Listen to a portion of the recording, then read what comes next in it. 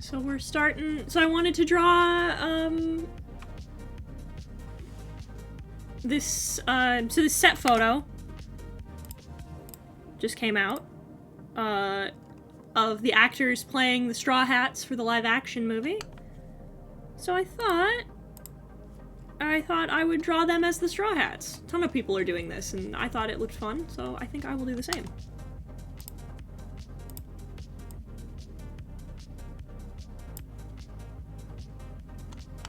Drawing Usopp in particular is tough.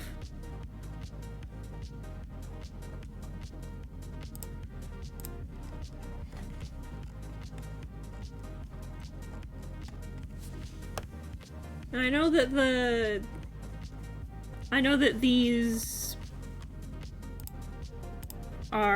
show is gonna be pre-time skip, obviously, but I'm just kind of enamored with all of the Straw Hats post-time skip designs, so... Post-time skip it is. Because I'm the one doing the art, goddammit, and I want to draw them post-time skip. I've also never drawn most of the Straw Hats before.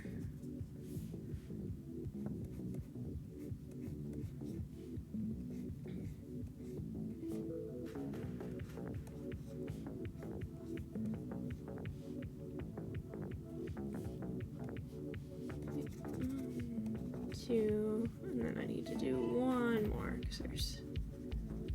There we go.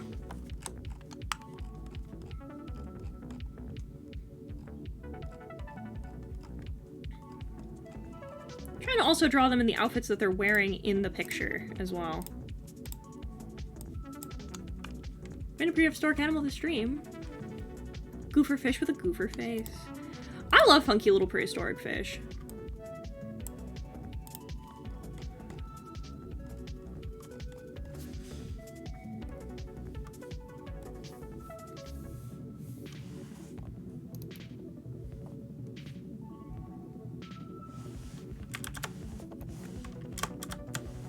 We're just gonna trace the camera, because fuck you.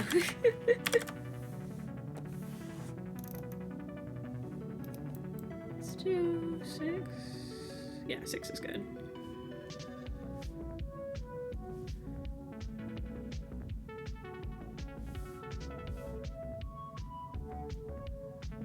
We can just trace the camera. It's fine.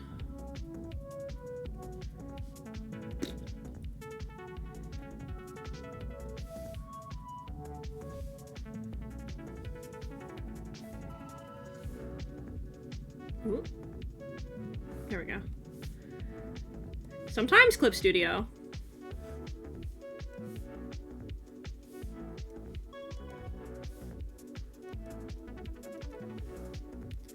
Yeah, I thought, so when I draw from like references that are like this, where they're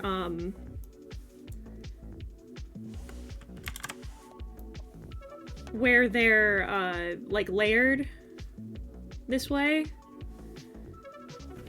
I like to try and work from the back to the front, so that way I get like all the necessary details that would be in the shot.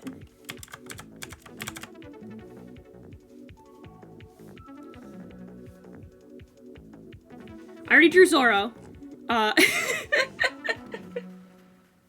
Because I am not convinced that this man would be able to take a good enough photograph that would keep him in frame.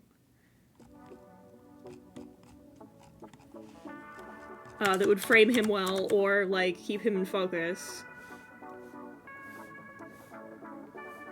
I have also made the executive decision that, Zoro gets to keep his melanin, and Usopp gets more.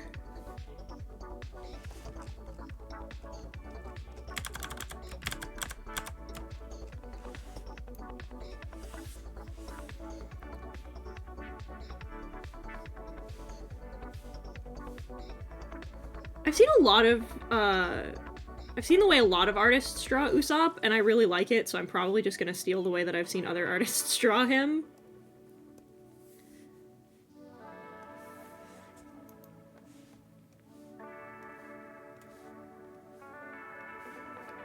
'Cause, like... some people draw Usopp and make him, like, incredibly handsome.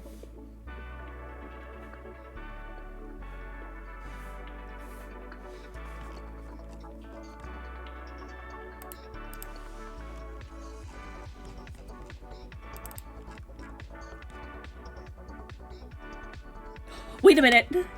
Oh, wait a minute! Wait a minute, wait a minute, wait a minute, wait a minute! I thought of something that'd be funnier. Hang on. Hang on, hang on, hang on.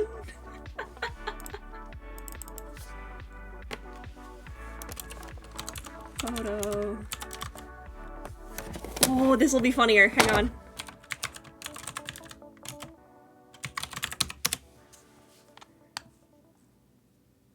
Where's the ones that...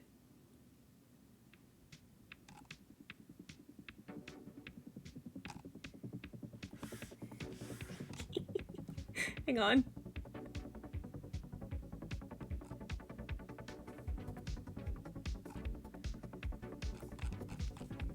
Hang on.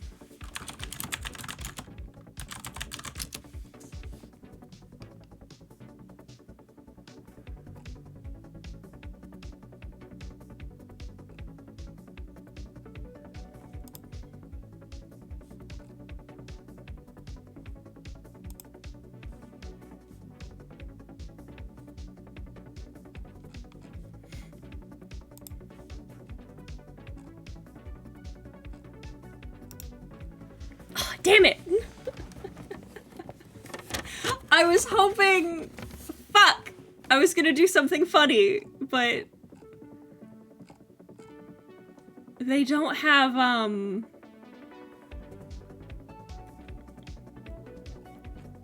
they don't have, like...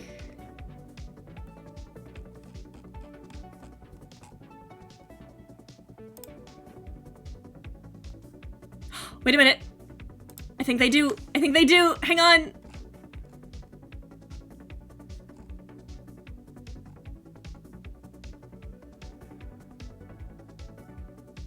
They do! Okay! Okay, okay, okay, okay. Wait, wait, wait, wait, wait, wait, wait, wait, wait, wait, wait, wait, wait, wait. Hang on.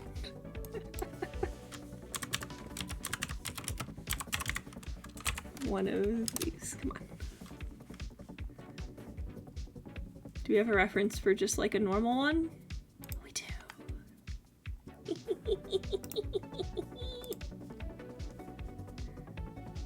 Listen, I know in the picture.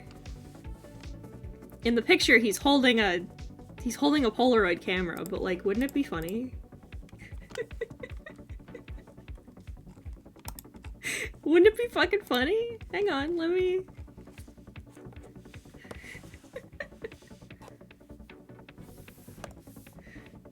oh god, okay.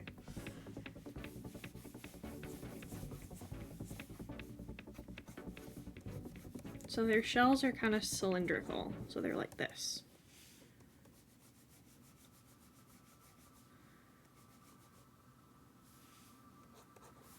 So for him to have, and then they have their little, I just think this would be funnier.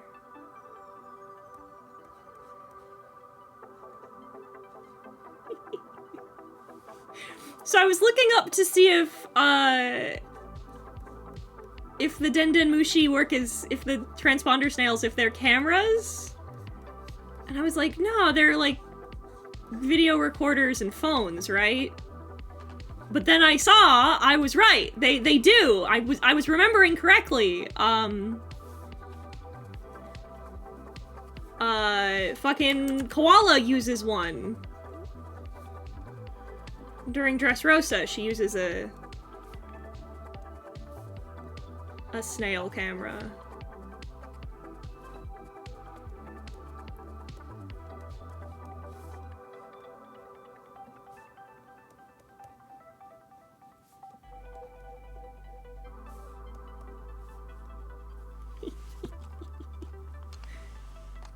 Yeah!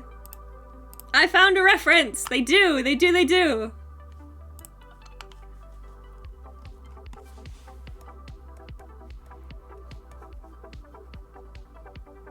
So I can do it. I can do it and it'll be funny.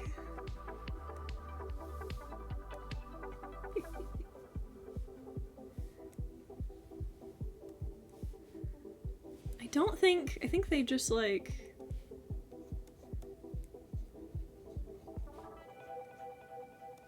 Because they didn't show it from the side very well, so we're gonna presume that it has a lens like a camera.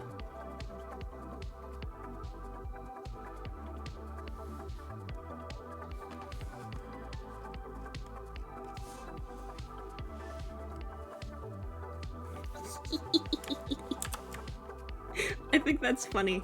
I like that.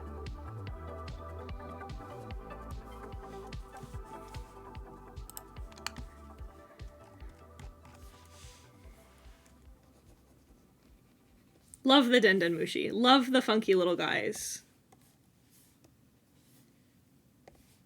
The Snamras. If One Piece teaches anything, it's you can have as much bullshit world building as you want, as long as it fits into the world. Well, yeah!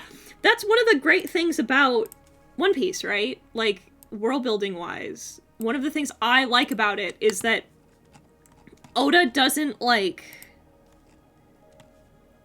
This is gonna sound a lot more derogatory than I mean it, so you'll have to, like, let me elaborate a little bit. But, like, Oda doesn't care. Like, he doesn't give a shit. Like, there's no fucks given at any fucking point, right? To, like, cohesion or, like, or shit like that. And I think that's to the series', like, benefit. Because he just doesn't, like, he'll just say things about the world. And because there's no, like...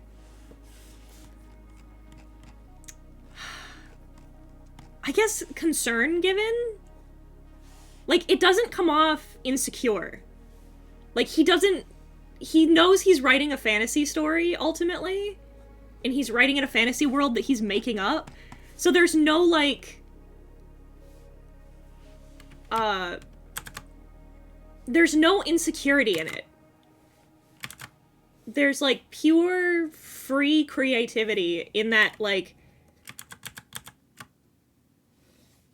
Like, Oda doesn't give, like, excuses as to why...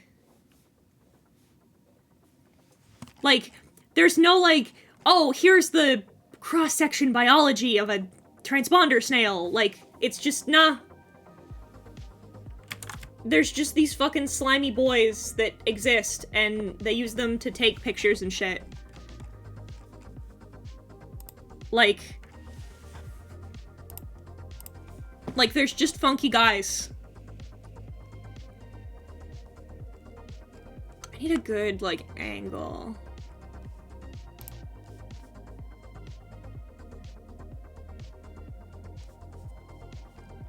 There we go.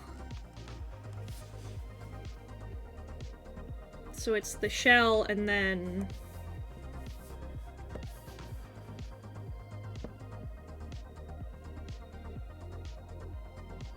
And then, like... this. And then it's just straight down. So, like... more triangular. Yeah, that looks right. Okay. Got a little too tied up in the pseudopods there.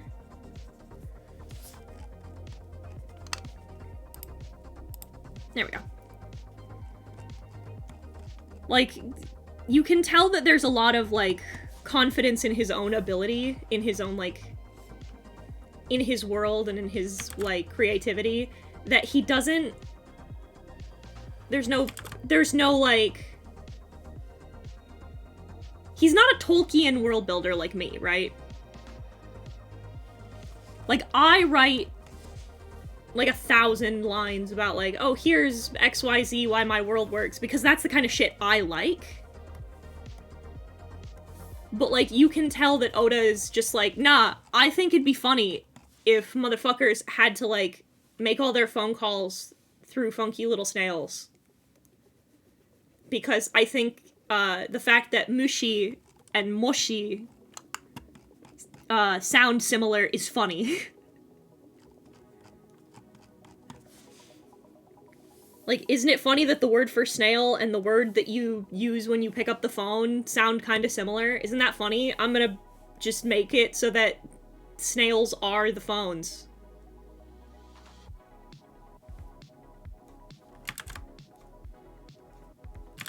And I love that. I think that's great.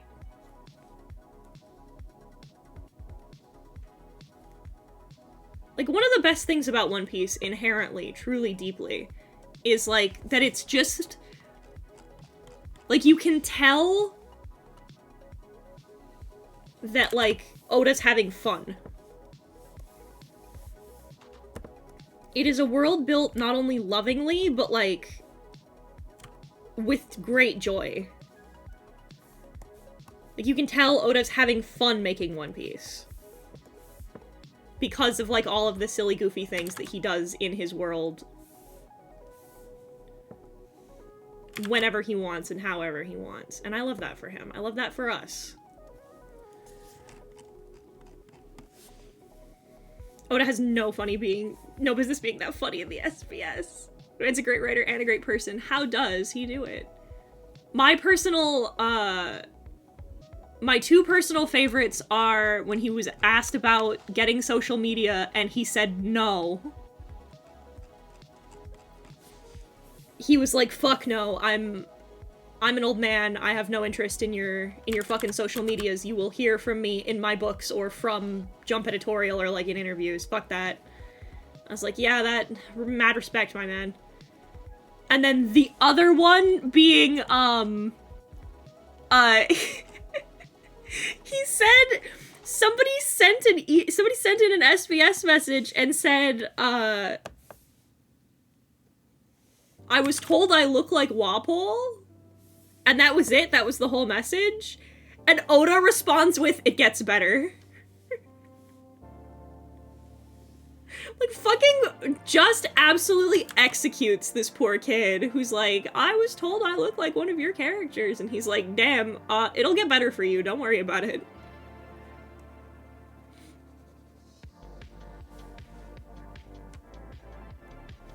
Does not need that stress in his life. You're correct.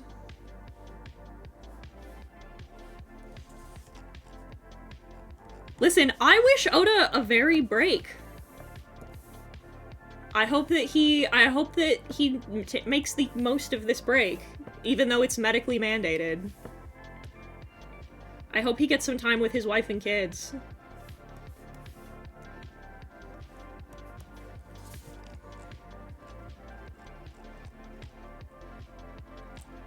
Gets crazy ideas and makes it work. It's true, it's one of the things I love. I want to be able to make my fantasy worlds feel like Oda's, in that, like, just fun. You know? I strive to be... I strive to come off as carefree, not careless, you know?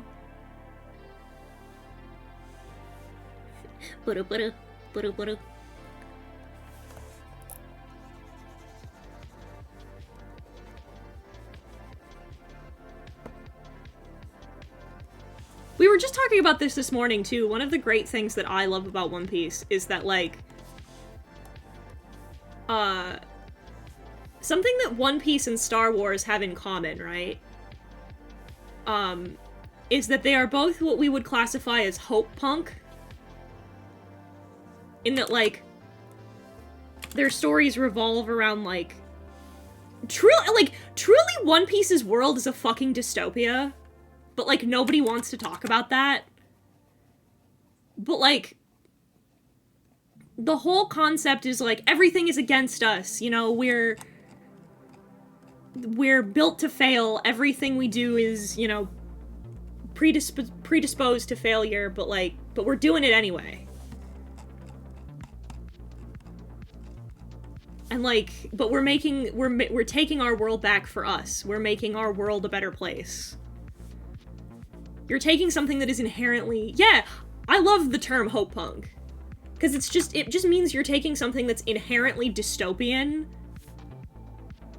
but, like, showing the strength and will of the human spirit.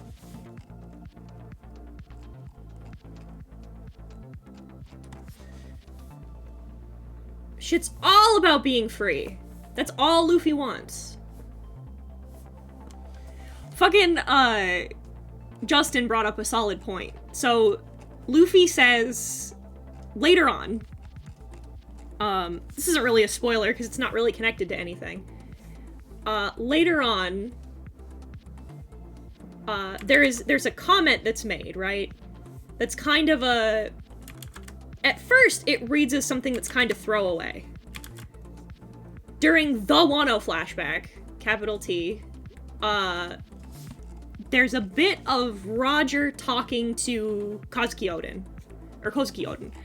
And he says, he tells Oden, I have this dream. And he tells them, but we don't hear what he says. And everyone laughs, and they're like, what are you, a child? Like, that's ridiculous, that's insane. And Roger's like, yeah, I know, but it's what I want. I want to be able to do that. And it brings Kozuki to tears. He's like, that's the moment I knew that Roger was the greatest. And we were like, what the fuck does that mean? And then later on, we see Ace talking to Yamato in a flashback, and Ace tells Yamato, my little brother has this dream. And the same thing happens. He tells Yamato, and there's a cut, and then Ace goes, oh, well, you can't laugh at him, because Sabo and I laughed at him, and no one else is allowed to laugh at his dreams. And Yamato starts crying and says, I would never do that. And Yamato says, it's the same thing that Roger said. Well, dude, it's even more tragic than that. Yamato says that a great man said that, and Ace said, I'd love to have a drink with him sometime. Yeah. And that's tragic, considering that's Ace's dad, yeah. you hated. Also, I have a guest on my lap right now. Hello, Kitty. But then, the final time we see it, is Luffy is talking to the crew, and he tells them, and they all have this really big reaction to it. They're like, oh my god, for real? What are you, a child? And then, Robin says, oh, that's very like you, Luffy. And Chopper gets all starry-eyed and is like, you really want to do that? Yeah. And Frankie and Usopp are like, that's crazy, but I'd love that. And Sanji and Zoro just kind of smile, and he goes, have I never told any of you this? And they're like, no, this is the first time you've ever mentioned it. And he goes, oh, well, I guess it's never really come up. But he says, and he says, that is what happens at the end of my dream, once I've become the Pirate King. So there is a secondary goal for Luffy. And Justin said it, and honestly, it makes perfect sense in character with both Roger and Luffy. I think it's that he just wants to be everyone in the world's friend. Another working theory is he wants to throw a party with every single person on the planet. I would also believe that. Like, I also, dude, I know I keep saying this over and over and over and over and over and over again, but like, dude, 10-15, that moment when like the Ace flashback happens and Ace is talking about Luffy's dream, and you see this incredible shot of child Luffy running past the both of them, standing in front of Roger, and they both say, my dream is, and then there's this incredible split image shot of like red and blue being on one side of the screen and the other, and then it gets cut down the middle, and Yamato's like, oh my god, he's the guy. I think it's gonna be a big party as well. I do as well. I think that's another good one. Like, it's just, like, we were talking about this, right? Because Justin has begun One Piece. We were watching Syrup Village last night, as a matter of fact. And I love with all of my heart that Luffy... The way I described Luffy is perfect, I think.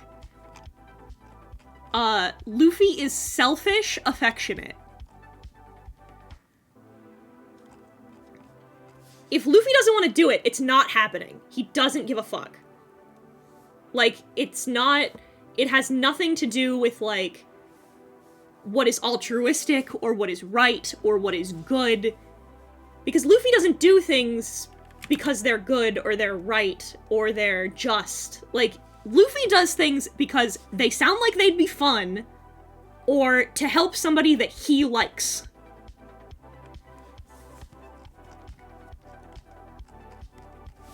Like, everything Luffy does is good, but he is an inherently selfish person. He doesn't do things altruistically. He does them for him. Yeah, and it comes back to the idea of Luffy is a terrorist. Yeah, inherently. By every definition, he is a terrorist. But he's the best terrorist there ever was. Like, I think what also helps that statement is he wants everyone to be free, or as free as he is. He absolutely despises the concept of people in power. End of sentence. Yeah. There was gonna be more to that thought, and then you were like, no, wait a minute. That's it, that's the whole thought. Like, Luffy was chill with Cobra. Luffy's chill with, like, with King Riku. He's chill with Neptune. He's chill with Riku. Yeah. He's chill with Rebecca's dad. The concept of a king is not the issue. It's, are you using your power to tell people what they can and can't do? No? Then I don't give a fuck. Do whatever you want. Are you telling people what they can and can't do? Oh, you are? Oh man, that's crazy. Anyway, die. Anyway, die. It's why him being like the word commonly used to describe what Luffy brings, being liberation, is so apt. Right. And it's like the drums of liberation are so fitting for him, because all he does is free people from the oppression of others. It's awesome. I'm doing what the other artists do. I have decided that if Usopp is black, we're making him black, dog.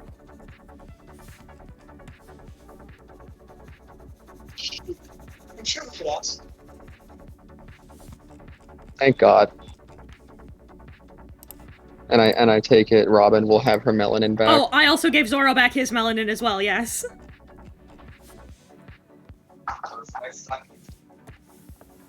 I need to check which designs you're doing. I'm doing post-time skip. Okay. So, like, Fishman Island? Well, so I'm specifically drawing... I'll show you what I'm drawing in 1 second, after I finish. I'm specifically drawing, this set photo of the Straw Hats from the live-action movie. It's the Zoro, Luffy, Nami, Sanji, Usopp's actors. Gotcha. But there is, like, a big chunk of negative space here. I might just draw the other Straw Hats in the background. Yeah, it's definitely... I may just add the other Straw Hats in, honestly.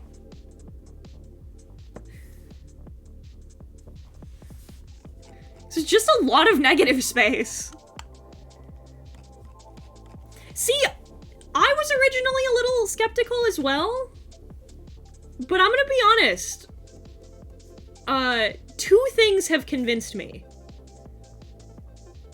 to have some hope. One is the actors in particular have been, like, really dedicated. Like, for example, because I'm trash, I've been following off and on Sanji's actor. He's like not only is he learning kickboxing, but like he's learning how to cook. He's cooking for the rest of the crew. Like, I think the way, because Oda would never, ever get anyone to be a part of the live action Straw Hats if he wasn't absolutely 100% sure that they could either immediately fill or eventually fill that role perfectly. The other thing, I was gonna say, the other thing that is in an interview, Oda said, it comes out when I'm satisfied. That's pretty good. So, like, until Oda's happy with it, we're not seeing it. Like, because, like, only in One Piece will you get, like, the live-action remake written, directed, and produced by Eiichiro Oda. Like, Dragon Ball Evolution would never. I have to bullshit everybody's eye colors, god damn it. Everyone draws Zoro with gray eyes, but I went with, like, a really light brown because I like the fact that, like, his eyes are gold occasionally. I think that kind of fucks. God. Also, like, while we're talking about Zoro, remember how the only time Zoro has ever used Ashura is against Kaido, an Emperor of the Sea, who has never lost a fight in his entire life and has enough power to probably destroy an entire planet, and against a giraffe. It was a strong giraffe. In fairness, it is a very strong giraffe.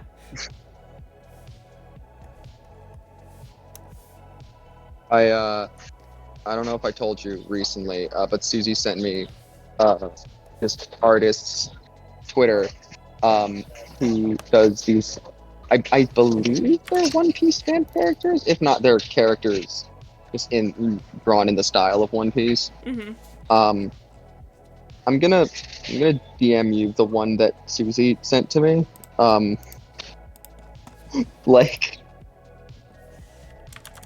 there comes a point at some point in my life where I have to ask myself, how much is too much?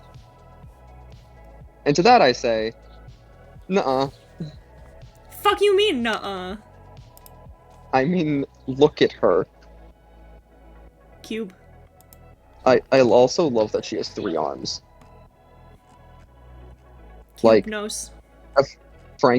Having a, like, Frankenstein character with an odd number of limbs is very aesthetic to me.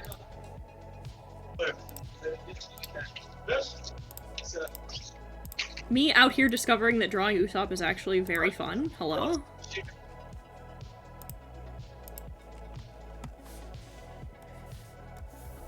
The Straw Hats just have such good fucking designs, though, also, in fairness. Like, I just fucking love the Straw Hat character designs. They're so good.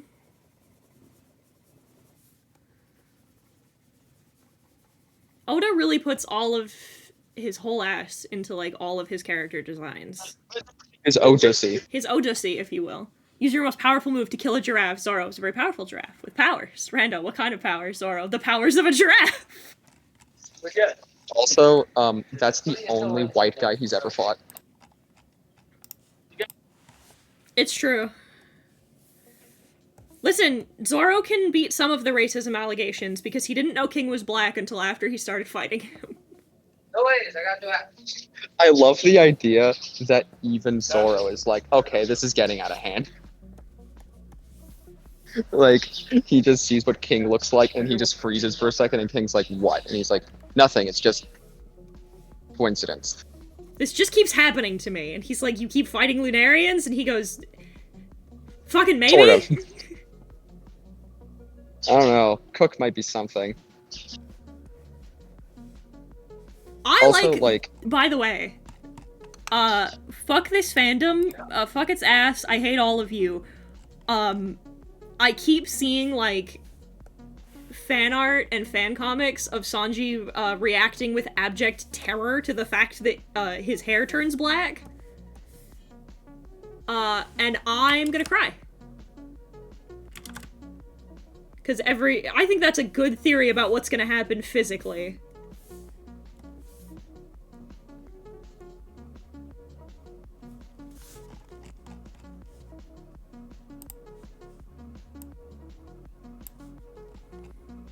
Mihawk's not white, good for him. Zoro didn't fight Mihawk. Zoro didn't fight Mihawk. Fought Zoro. That's not a fight. What occurred on Baratier was not a fight. It was a suggestion. It was a lesson that needed to be taught. That was not a fight.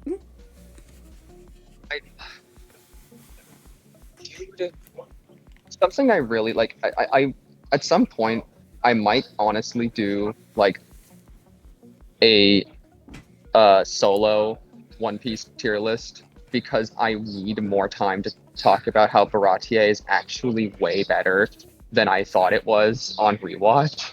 Mm-hmm. And it's simply because of Jesus. We meet again. Only this time. For the first time. I love how he sounded like he was gonna like laugh when he read that line. But like, I remember watching the scene in the anime and being like everyone's fighting and like Pearl goes down and I'm like, wait a second, where's Jesus? And then the boat explodes and I'm like, huh? Like, what? And then he shows up and I'm like, oh. And Mihawk does that. Yeah, you ever think about how Mihawk is the only character who has ever been a warlord whose crew is entirely composed of himself? Yeah, Mihawk doesn't have a crew. He doesn't have, like, a group. It's just Mihawk. Like, and it's so crazy how, again, he is the first warlord we see, and he is probably the strongest. Like, I love that they just set the bar immediately. You ever think about the fact that if Mihawk knew what Doflamingo was doing, was fucking around with on Dressrosa, there probably wouldn't have been a Dressrosa arc? I don't think Mihawk would have cared. I think Mihawk would have cared. He doesn't seem like the type, because you know what? You know how there's the idea in One Piece that when you are following your dreams, you're beautiful, and when you stop, you become ugly? Mm-hmm. The thing about Mihawk is that he achieved his dream. Like, he's there. But the new one he's looking for is for someone to come take his title. And that's kind of all he really cares about at this point. He's very impartial. Like, Mihawk is, if anything, he's more of like a force of nature than anything who can train you to fight with a sword. Love that for him. Mm-hmm. Peter, come on. Just got here. I already see good art. What's going on? So we're drawing the Straw Hats. There was a set photo that came out. Well, it didn't come out. It was on the actor who plays Zoro's Instagram, but he just posted a photo of all of the crew together. And I wanted to draw all of the crew together. Who is playing Brooke in live action? Who is Frankie in live action? The 30-foot tall Home Depot skeleton. I imagine, like, it has little, like, strings on the arms and stuff. Wait, because it has to... Listen, I don't know how to... This is the thing, right? Is everyone's like, how are they gonna get Luffy to stretch? How are they... I think you motherfuckers are not prepared for the question of, are you down with Brook and Chopper just being composed of CGI?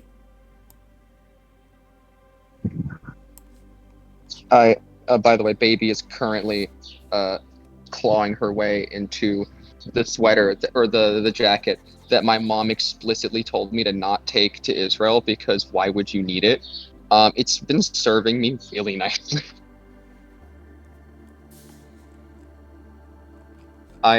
He'll be a skeleton.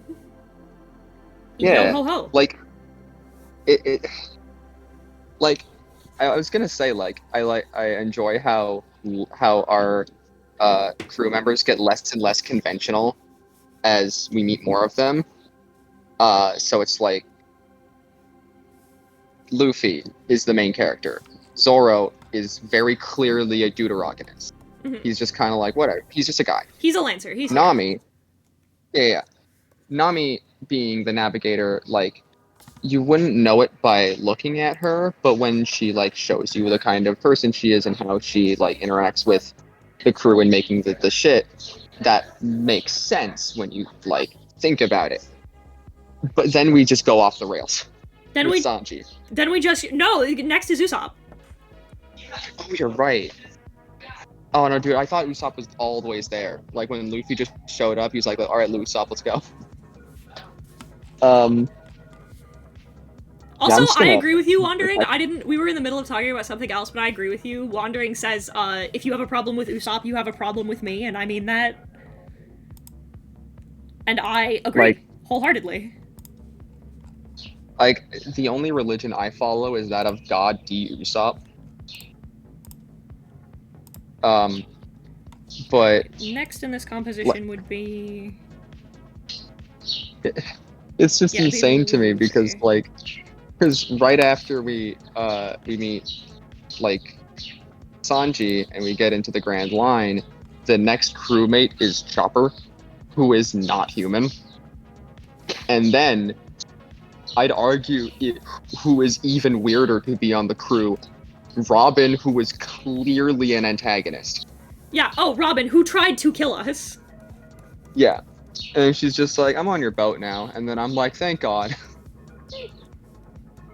me when I'm Sanji. Like, it's so funny how there are points where I'm like, the Sanji woman thing gets like, I don't know, there's some points where I'm not a huge fan of it, and then Robin's on screen, and I'm like, that's me. I'm him.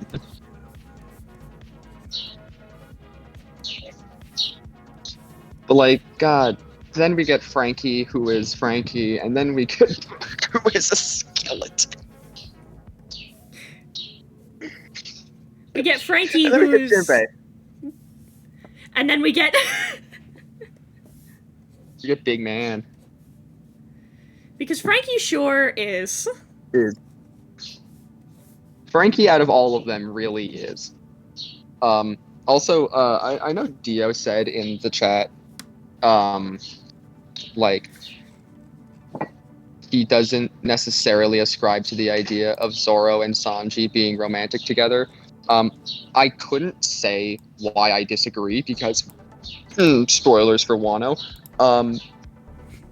when A, Sanji sneaks a snail into his pants, and B, he says, hey, if something goes wrong with me, you're the only one I can trust to kill me. And Zoro's like, oh, of course, I wouldn't miss it for the world. And I'm like, there is no heterosexual explanation for that. Listen, I don't like them romantically either, but I get it. I think that they're gonna kiss. I think they're gonna kiss at the end, and Sanji's gonna be like, oh my god, I liked it. It's one of those things where I'm like, no, I get where all the girlies are coming from. Personally, I'm just more a fan of the, like, while you're out, just get me cinnamon rolls. No. Why? I'm already in line, and I don't like you enough to get out of line to get you cinnamon rolls. Come on, I'll never ask you for anything ever again. Yes, you will! Yes, You're you a will. fucking leech! Like, I was gonna when I was like about halfway through, I was also ascribing to the idea of Robin being the only girl who would actually like look at how Sanji sees women and be like, I kind of want that. Because she never had that. And Yeah. all she was ever told was that she's horrible and bad because she's alive. And all Sanji says is, you're amazing and beautiful and gorgeous, and I love everything about you, and your existence brings me joy. Like, something about that with Robin just meshes really, really nicely. And then Frankie was on screen. Damn, that sucks. Sorry, Sanji. I'm gonna be so real. This is gonna be how we get into our first ever ship war, Avi. I love Frankie. Frankie's great. Frankie's perfect. And if only Jinbei weren't here. That is true. Again, please, at some point, watch the scene of them walking to the raid. Because their VAs are just too good. Though, I guess it comes more from how, like, the parallels between Frankie and Robin, and the fact that Robin canonically grabbed his nuts. Like, she was super cool and okay with torturing his balls. Like, remember how Sanji was like, I'm not ready for that? Mm-hmm. Frankie didn't have a choice. Sanji's like, I don't know how I feel about CBT, Robin. And Robin's like, okay. And then Frankie walks by and he's like, give it a shot sometime. It's pretty good. See if you can try. See if you can handle it. If you can handle my titanium nuts. God. I'm gonna change his again, expression here, because I feel like Luffy's the kind of person who does the full face, eyes closed, big smiles for every photo. Or true. God. Also, like, leave it to Susie Doodletone to take one look at Jinbei and say he's joining the crew. Well, yeah, of course. It was awesome.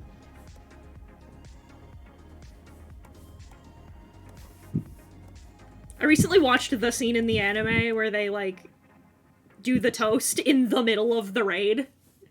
Oh, so good. Oh my god. Like, dude, Wano has so much money, dude. Wano has so much. Oh, is that a bird? You want to go get the bird? Go get. Yeah, but no, for real though. Wano money is nutso. And I'm super stoked for honestly for this week. Because again, either this week's episode or next week's episode is concluding Kid in Law versus Big Mom. God, and then there will be no more bullshit to cut back to. Like, this is my favorite part of One Piece arc, is when we're running out of things to cut away from Luffy's fight to. Great. Go get it. I know you want to kill that bird.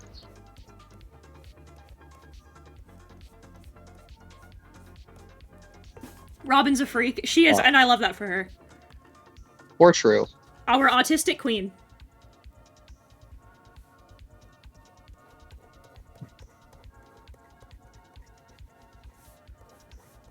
I have many thoughts and headcanons about Robin, none of which I will say in public. Like, I'll say them on stream, who fucking cares? I'm currently outside. How many of them are sneeze related? 2 out of like 7. I love, in one of the SBSs, Oda talks about, Robin, and specifically says, because somebody points out, like, Robin will occasionally just say fuck shit, but then you'll cut to her, like, inner monologue, or her, like, internal thoughts, and she's like... It's adorable. And it's adorable, and she seems to really like cute things. What's up with that? And he's like, yeah, I feel like Robin is the kind of person who, because she wasn't socialized very well, fails to express herself frequently, and she seems to really like cute things. I think that's a good thing for her. And I was like, I love an autistic queen. Listen, Ryunosuke should have been a Straw Hat. Ryunosuke should have been a Straw Hat. It's a shame. Is the image of like them overlooking the water with the sunset and his face in the clouds, is that in the manga? Yes. Oh my god, thank Christ.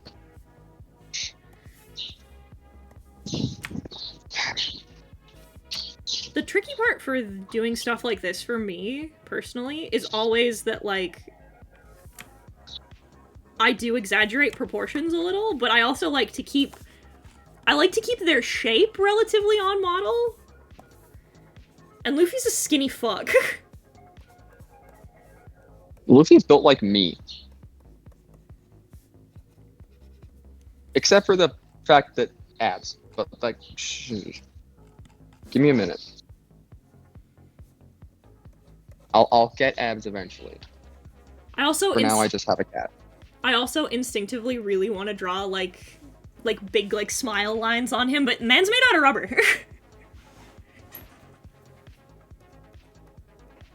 You try getting wrinkles when you're made of rubber.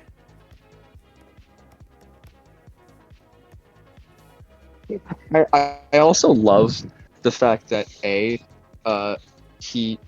Purple Eyes gaslit me into thinking Shanks was Luffy's dad, and also the fact that there was not even an I ate a fruit. It's just my mother was a rubber band, my dad was a test tube. You do the math. My father was a test tube, my mother was a rubber band. You do the math. Okay.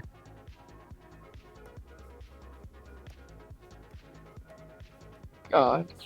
Do you know how much piss a rubber bladder can retain? What kills a man? I am discovering that I really like drawing the Straw Hats. Damn, that's crazy. It's almost like they're awesome. Listen, I don't do a lot of fan art, but I've been trying to do more because I like doing it. But, like, I'm slowly discovering how much I like doing fan art.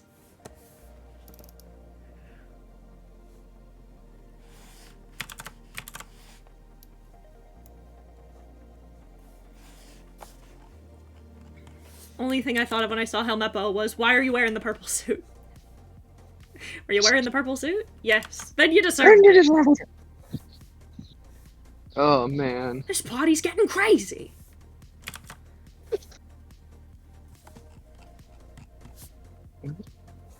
Also, I love the exchange of what does the D stand for? D. Because you want to know who else is asking that question? Us. Everybody. Like, I hate Oda very much right now because we got dangerously close to the reveal of what it means, and then, never mind. Enough of that shit. I'm gonna go get eye surgery so I could shoot lasers. His exact words in his press statement. He's like, I'll have laser eyes when I get back. Don't worry, guys. Drew Frankie having laser eyes. Nah, Frankie doesn't have laser eyes. He has laser nipples. He does have laser nipples. Dude, also... So I had to... I wanted to tell you, I had to go back over, Punk Hazard for our RP. Mm-hmm. And I forgot that, when the bodies swap, it's, Frankie in Chopper's body says, I'm Frankie, don't expect me to help you when you get hurt. And then Chopper in Sanji's body is, I'm Chopper, I will help you when you get hurt. And then I forgot that it's Nami in Frankie's body, and Nami says, I'm Nami, and I refuse to shoot the laser beams. Why? There's... Like, okay, listen. Listen, here's what's gonna happen. They're gonna be fighting the big final boss. Like, Luffy's gonna be fighting Blackbeard or whatever, and then, like, the rest of the Straw Hats are gonna be fighting, like, a bunch of bullshit. there's gonna be a moment where Frankie is like, guys, I've built a Megazord. And everyone's gonna be like, yes, finally. What are you talking And then about? he's gonna look at well, no, I mean like where everyone gets their own individual pod. I was gonna say, General Frankie already exists. Well, yeah, but General Frankie's just him. So like General Frankie plus like 5 other guys to create like Emperor Frankie or whatever, and he just everyone looks at Robin and is like, Doc. Doc with the homies. You must dock with the bro. Robin, why will you not dock with the bros?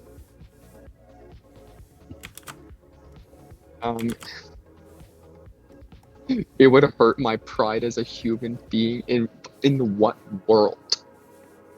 Pride comes from docking. How can you be a proud human without docking? I love that now every time we find a meme about docking, we just send it to Dio. And then I say like 7 sentences that begin and end with docking. I want you to dock with the homies. What does the D stand for? D. Yeah, what does it stand for? D. Yeah, what does it stand for? D! Yeah! What does it stand for? Oh, yeah. D! It stands for D! D-E-A! This party's getting crazy!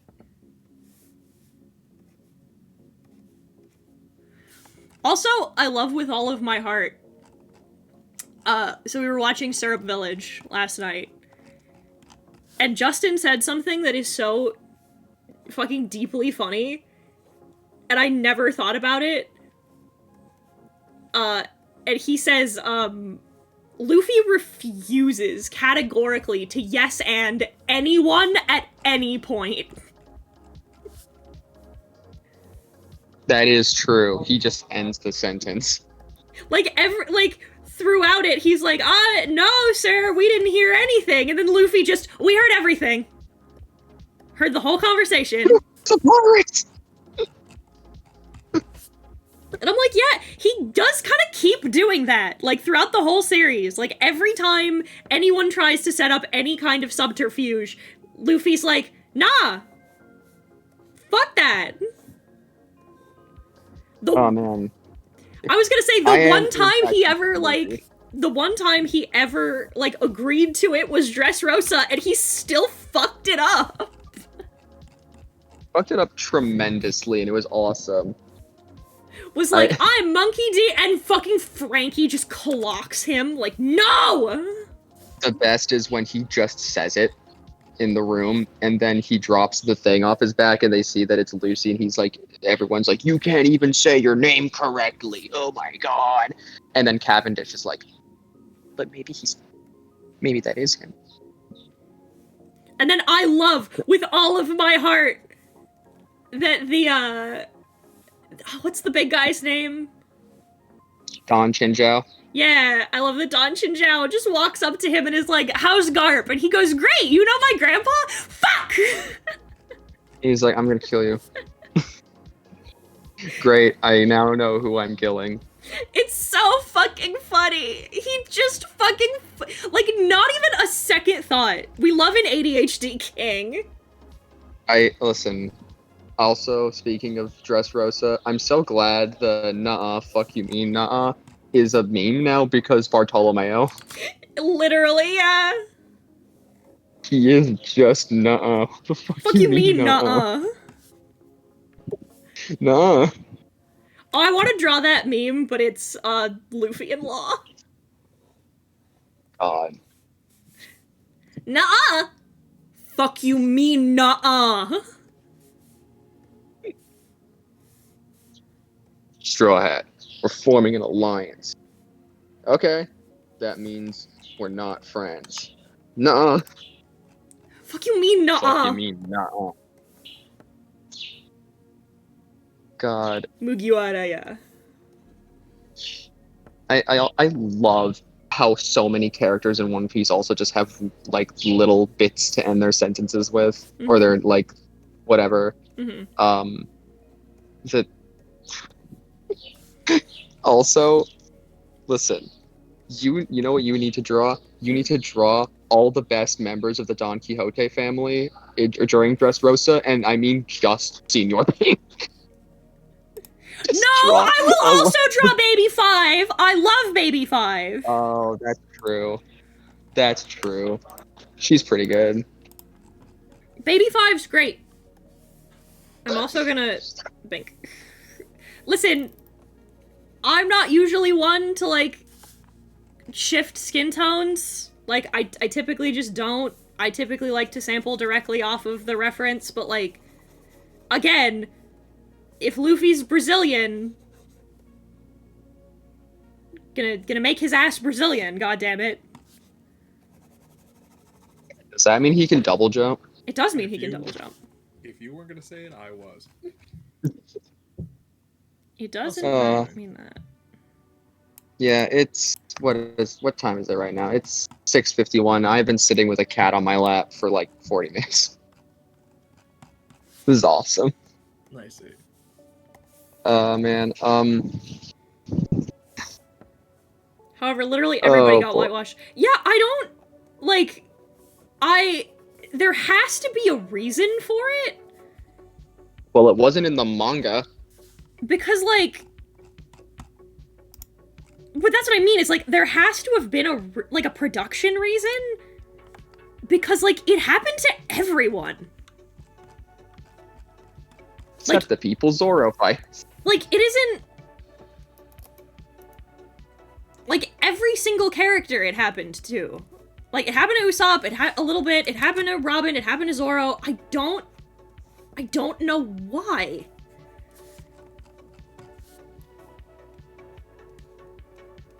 It's just a weird design choice. I don't know why he did it. They lost it during the time skip.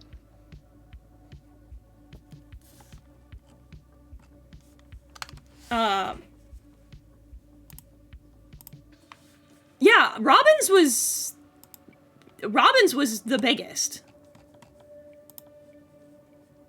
Robin, you're right. Robin looks like a different character, which is weird, and I don't know why. Again, there has to be a reason for it. Oda doesn't do changes like that without purpose. Somebody asked for a cursed fun fact. There are over 200 corpses on Mount Everest, and they are used as waypoints for climbers. Cool. What the hell was I about to say? That was just gut-splittingly funny. I like the idea of giving Luffy, like, a quasi-mullet. I don't know. Like, just making his hair a little too long at the bottom. I feel like he has hair like I do, where, like, it's supposed to be short, but, like, it doesn't get cut enough.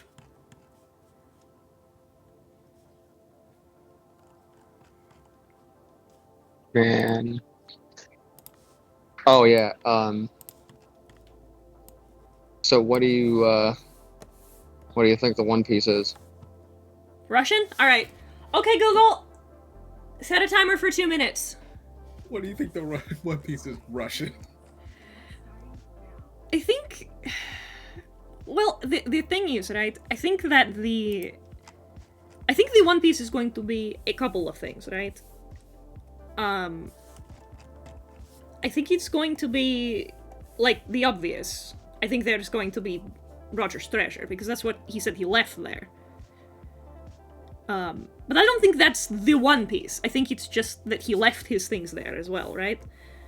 Yeah, because he found it. Right. So I think the One Piece is going to be... Truly, I think it's going to be something that grants a wish. Like, I don't think it's going to be a physical thing. I think there's going to be some sort of metaphysical thing at the end of it, so to say. Okay, so all we know is that it's really funny and that Roger said he was too early. So what I believe it is, and listen, this is not a popular theory, and this is not a theory that I feel like has a ton of water, But knowing the kind of person Oda is, and knowing what he has already established the One Piece to be, I think it's dope fish. Explain. If you got to the end of the Grand Line, you fought tooth and nail and pirates, overcame the 4 emperors, including Buggy, and you got to the end, and you got to Laughtail, and there's a stupid fish with Okay, big Google. eyes, Stop. would you not bust a hip laughing?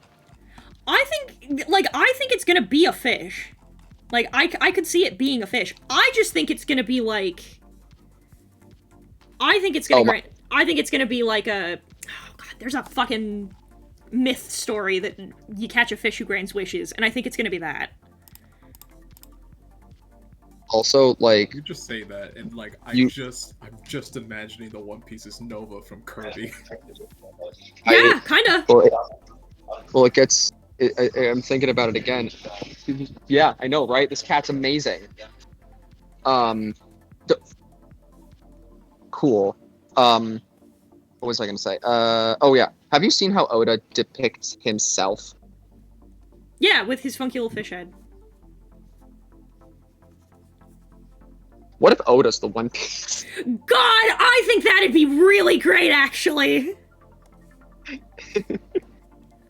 And then he could grant a... He has the right fruit. Imagine, yeah, no, like, imagine if they get there, they open it, Luffy laughs, and then they're like, One Piece conclusion. And it's like, that's it. The One Piece was the end of the story. That's why Roger was too early. I think that'd be awesome, actually. Man. Unironically, like, not a joke, I think that'd be great. Well, okay, the thing is that Oda has said that it is a thing. Like, it is a physical thing. There is something there. And, yeah, it's not like, something like the friends we made along the way, or, like, something like that. So, like, there are people who think that it's a devil fruit, there are people who think that it's, like, again, like, a wish-granting item. But I really hope that there isn't a race for it due to what it is. Like, I honestly feel like the worst case scenario is someone just says what it is, and then because people now know what it is, they race for it, not because it is the romantic treasure, Okay. but because it's a thing. So okay, so I was like, okay, it's almost time. Why can't I find where they're broadcasting? It's because it's not 11 a.m. It's at 11 p.m. PST.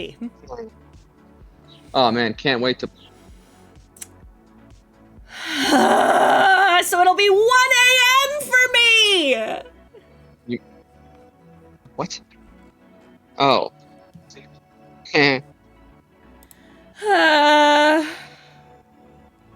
It's gonna be... Well, when they said 11, I presumed 11 a.m.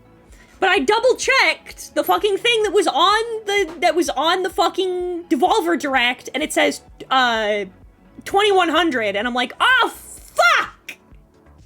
Hold on, I'm checking it out. Unfortunate, I'm sorry. 9 p.m. PST. No, never mind, that's the wrong thing. Oh. Yeah, 6:14, 9 p.m. PST. That's 11 p.m. PST! No! Oh. Man, that really sucks. Oh, man. Oh, wow. Oh, what a shame. You have to watch it at a reasonable hour instead of waking up at like 2 a.m. I super won't. I will super go to bed and then watch it in the morning. Damn. Cowardly. Cowardly behavior. Fuck you. I value my sleep. You are weak and will not survive the winter. I am! I've been having terrible problems with my brain. Depriving myself of sleep is not going to fix it. Listen, all I've been doing is depriving myself of sleep lately, and it has been working wonders for my brain. I got Marvel vs. Capcom 3 to play. I'm gonna go crazy. Oh wow, having to watch something in the middle of the night couldn't be me. Anyway, hi from Europe where it's 6 p.m. Out Wait, of hold curiosity, this is something I've been wondering for a hot minute. Out of curiosity, how many of you Legionnaires are European? Or are in, like, or are across the date line, I guess?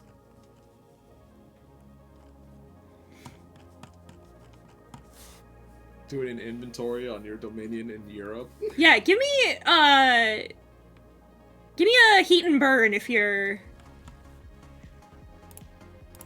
European.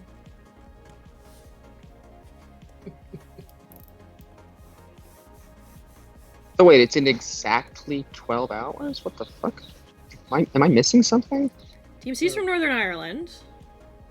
If it's 11 PST AM, and the actual No, yeah, it's 11 PST PM, then it would be 12 hours away from now. yeah, no, it's at 9 p.m. PST on the 14th. That is today. For me, it is currently 1902. So I have to wake. Oh, 7 a.m. is actually not that bad. How many of you are not American, I guess, is a better question. Bye, go bye.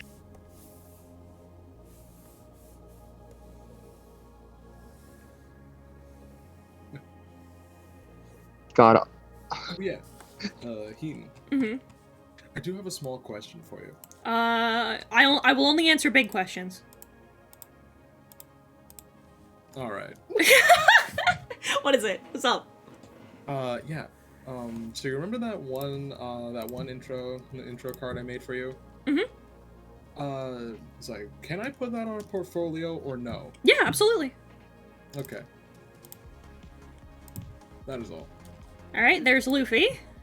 So we only have 2 left. Now we have to draw Nami and we have to draw Sanji. And then we've gotten the original photo. And then I think for sure I'll probably finish stream by drawing Nami and Sanji, but I think I am gonna add the rest of the crew, because look at this! Look at all this negative space! Listen! The composition. Listen, dog, I don't know how to tell you. I love Zoro's actor. He seems great. Look at this. Like, just tilt the camera down. Just tilt the camera down! Like, just a little bit.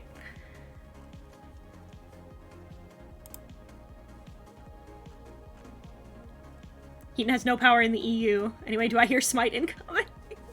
It seems like I have a lot of Irish followers, and I don't know what to do about that.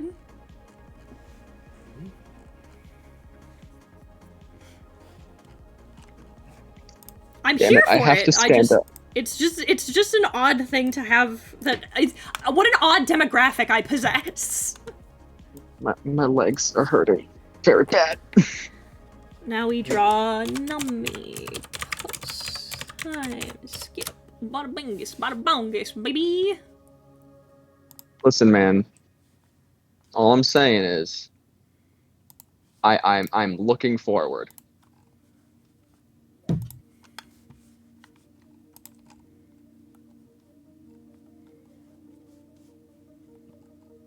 I will probably put Chopper right in here, because there's just, like, an awkward amount of, like, space right here, so I'll probably put Chopper, like... Oh, you know what? I'm actually gonna detach these two. I'm gonna keep them individually layered, because I want to put... Yeah, I think I want to put, like, just, like, the top of... Like, out of focus, the top of Chopper's head. Yeah, he's, like, hiding. Also, you know what I'm a really big fan of? The fucking One Piece idiots being like, oh, Yamato was on the cover with all the girls, that means girl. Chopper was on a cover with the girls, does that mean Chopper is a girl? Did you see the best response to that so far? What? So far, my favorite response to that has been, I said that to some dickhead, who then responded with, well, Chopper's gender isn't in question, therefore it's not evidence. What?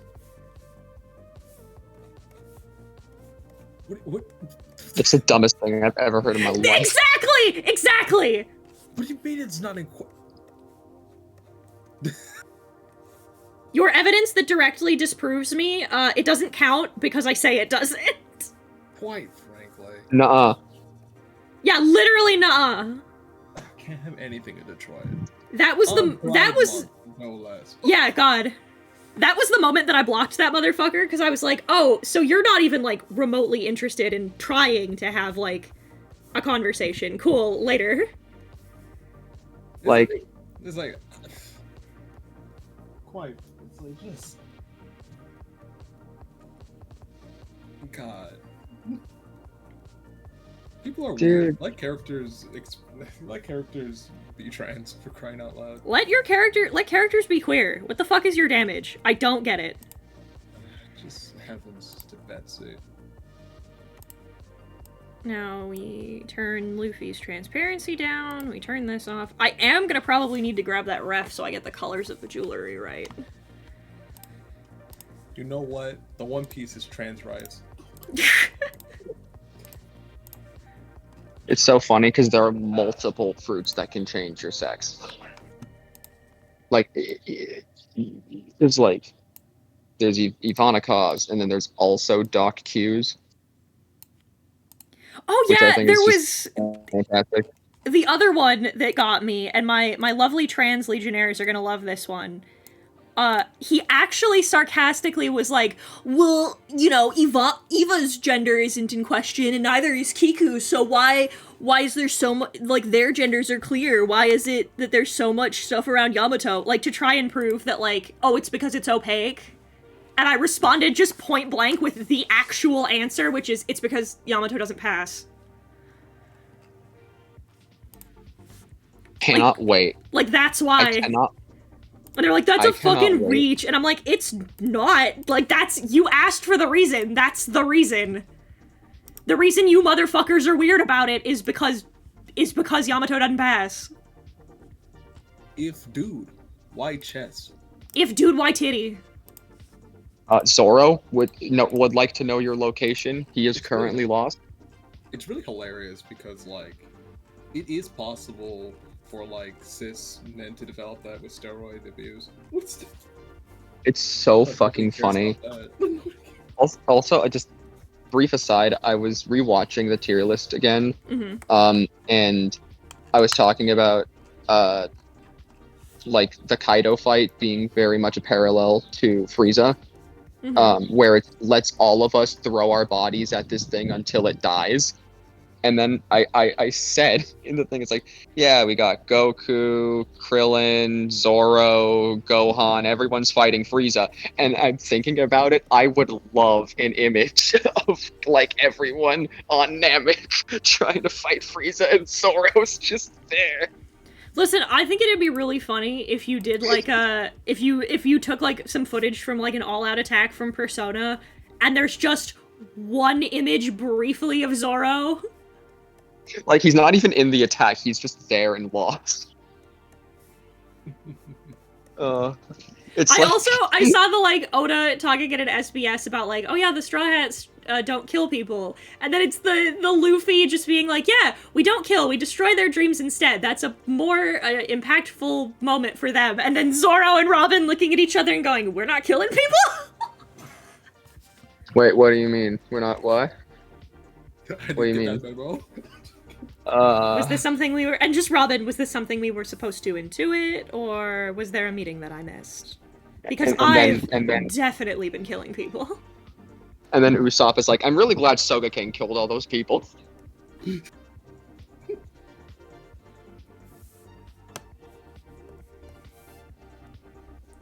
Yeah, again, like, I'm discovering doing this that A, I really missed drawing fan art, and B, that the Straw Hats are really fun to draw. Oh, speaking of fan art, Heaton. Another question for you. Sure. So, so that whole bit about you making the funny a funny chess game. Mm-hmm. Is there like a working title for that, or En passant is what we're going with currently. en passant? Mm-hmm. Okay, what chess term is that? En passant is... Oh my god, I was using it for something else beforehand, and I decided it was better for this game instead. It's... Give me a minute. Let me look it up again. Oh!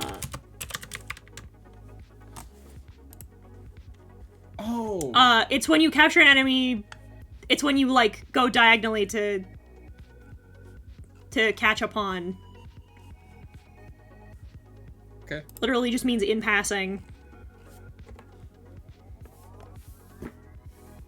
Follow-up question.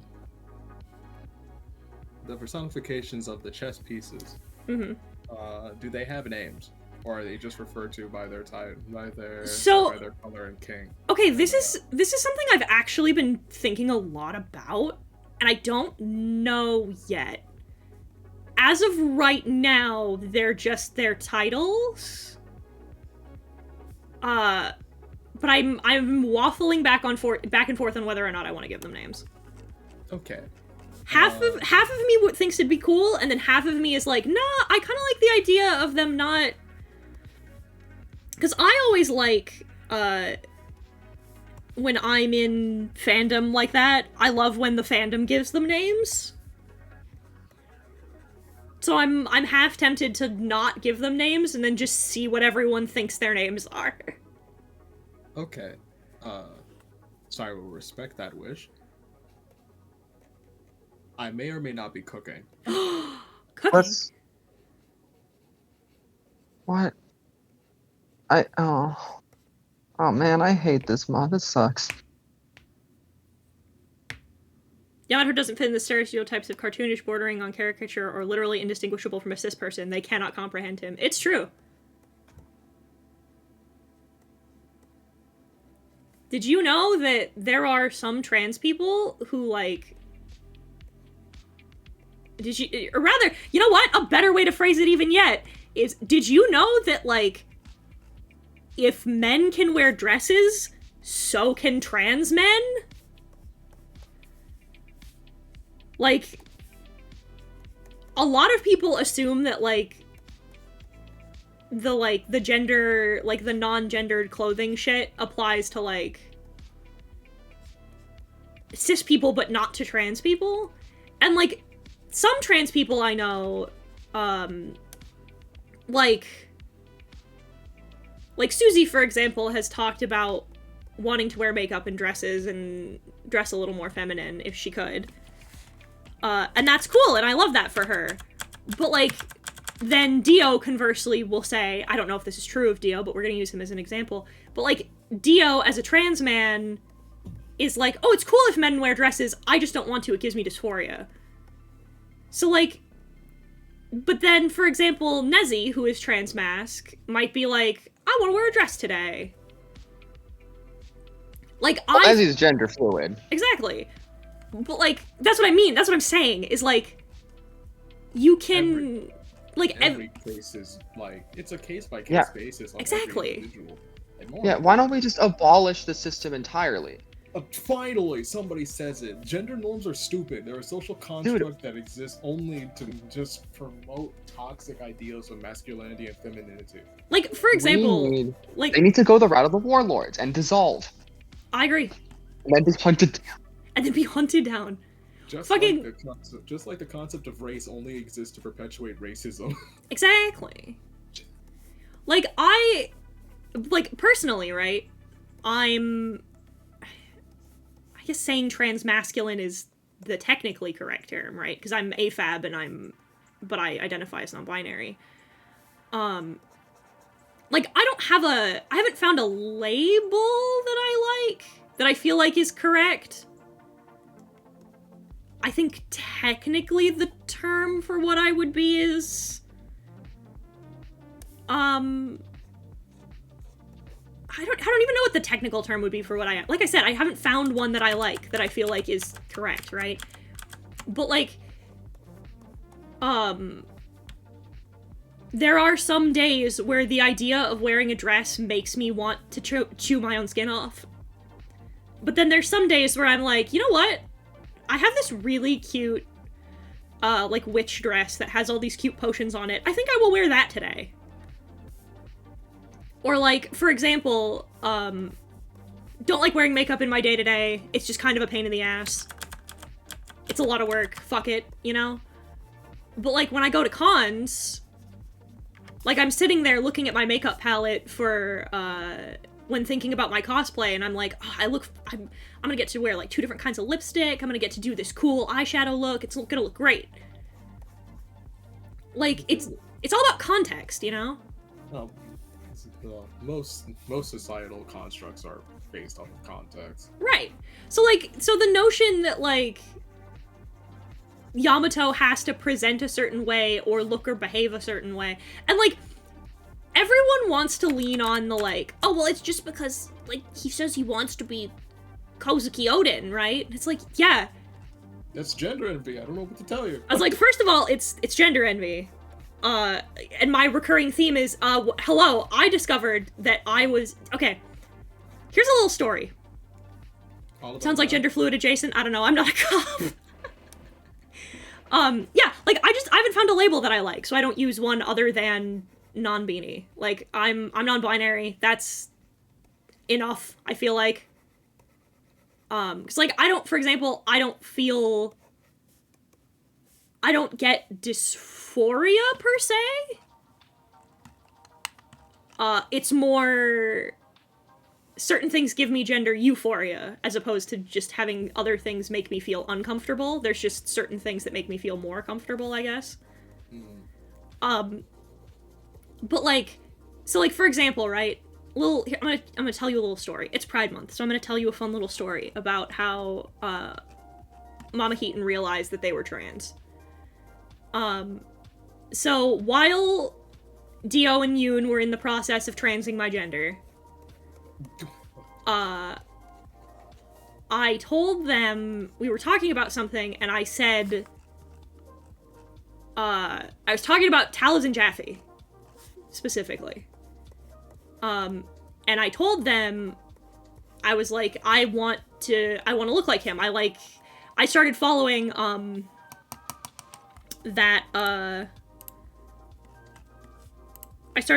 that Twitter that does, that logs all of the Critical Role outfits.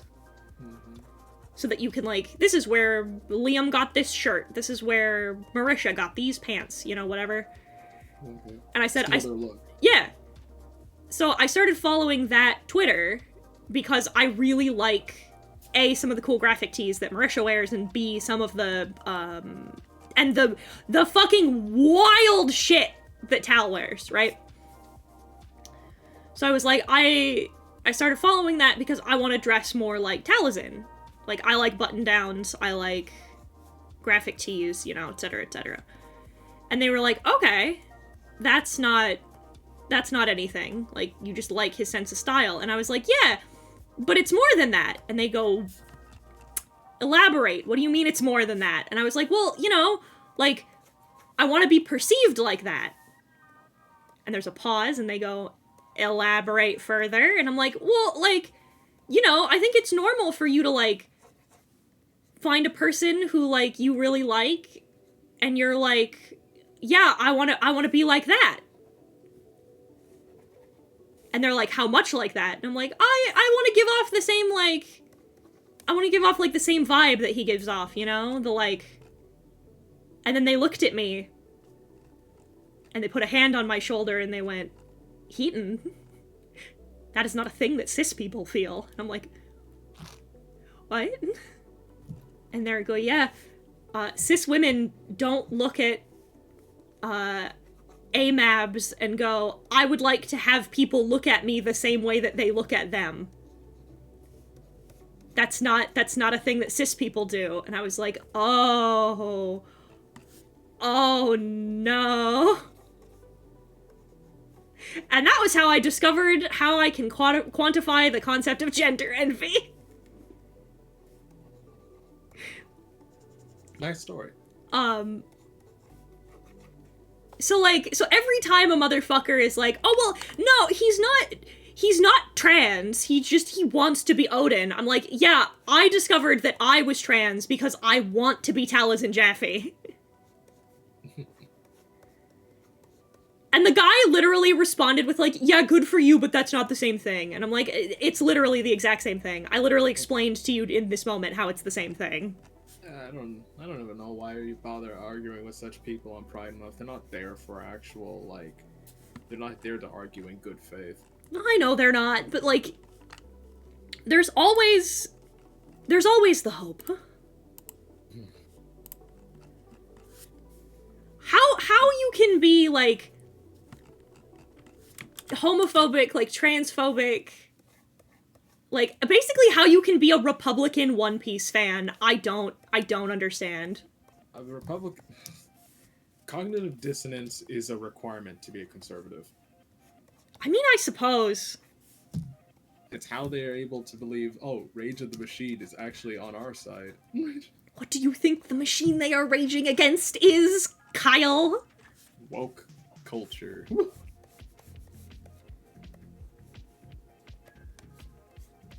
Imagine being so foolish. Yeah. You always assume that all country musicians are also like conservative, when a lot of them are clearly not. My man Garth Brooks, hell yeah! Out here defending Bud Light's choice to partner with Dylan Mulvaney and telling shitty conservatives that if you don't believe in diversity and equality, then don't come to my restaurants. I'm here for it. Yeah, it's like, yeah. Even then, like, how do you read, like, the New Testament and be like, actually, like, socialism is bad, actually? Fucking imagine. Could not be me. Like, How are you doing? I'm doing great. Doing a little less great, knowing that the Grasshopper thing that we were going to be watching is in the middle of the fucking night, so I will be watching it tomorrow, but...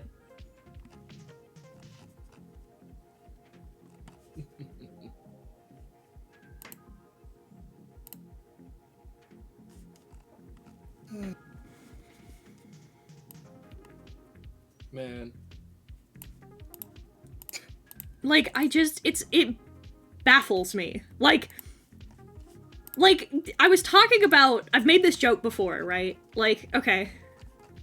I made this joke the other day. I saw on YouTube Shorts, I saw a guy, theory crafting about Chainsaw Man. And I was like, hell yeah, I'm down for some Chainsaw Man theories. What the fuck? Why not? And he's like, do Pochita and Makima have some kind of connection? And I was like, what? And I sat there and watched the whole video, and I was like, oh, brother. And I immediately got up, I looked at Brooke, and I said, anime-onlys don't deserve rights. Speaking of anime-onlys don't deserve rights, did I show you? Speaking of anime-onlys don't deserve rights, hello. Hello, TP. That is, of course, a joke, but... like, it just cracked me up. I'm like, I love when motherfuckers are like, I'm gonna make this, like, having finished the manga. Like, the manga's done. So having finished, like, Demon Slayer, and they're like, here's my theories about how Demon Slayer's gonna end, and I'm like, bitch, you know. Like, I can tell you right now. Oh, no, you can't. You don't know how the anime's gonna end. Because they could just not adhere to the manga or something. They could, that's true. I think it's funny every time. And I'm like, I just think it's, like, I don't even necessarily think it's bad, per se. I just think it's really hilarious to watch people, like, theory craft with, like, a quarter of the information. I mean, I'm anime only for CSM because I don't think I trust myself enough to read through it. It's easier when that kind of story moves by itself for me. Fair. No, the joke is anime onlys don't deserve rights. I don't care. I don't care how you consume the media you consume. It's fine. I just get my couple moments of superiority complex, and it's when I'm a manga reader and I'm ahead of all of you. I don't really care how people consume their media. Just don't do it like the way Nuance Now does it. Which is... I'm not familiar with that name. So you remember the while back there was this guy who was being blasted for making a video titled "Women Aren't Real"? Yes. So he never left. So he's still around. Amazing. I mean, I guess it's one way to not be transphobic. Transphobic. Transphobic. You just don't believe you just don't believe an entire gender exists. Your Honor, I'm not transphobic. In fact, I am sexist. Your Honor, I'm not transphobic. I believe that trans women are women. I just also believe that trans women, much like regular women, belong in the kitchen. I love that joke. I think that joke's so fucking funny. Yeah, fair enough, man. But, yeah. You can also tell when people believe trans women are women, because when a trans woman goes topless, they'll complain about it. Ma'am, put your titties away. But yeah, so this dude was like, clearly the relationship between Denji and, what's her name?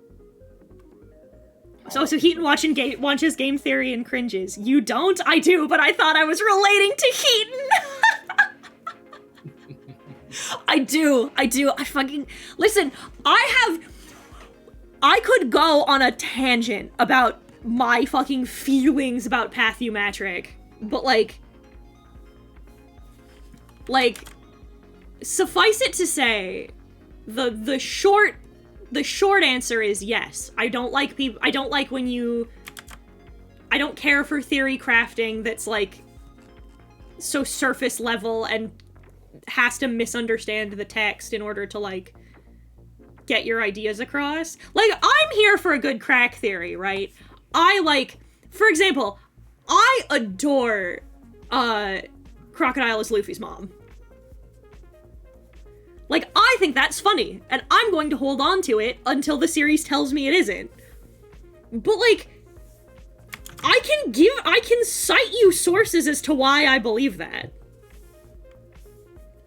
Like, I can cite you events in the manga that make me believe that that's a possibility. Is it a high possibility? Fuck no! But I can explain to you why I feel that way.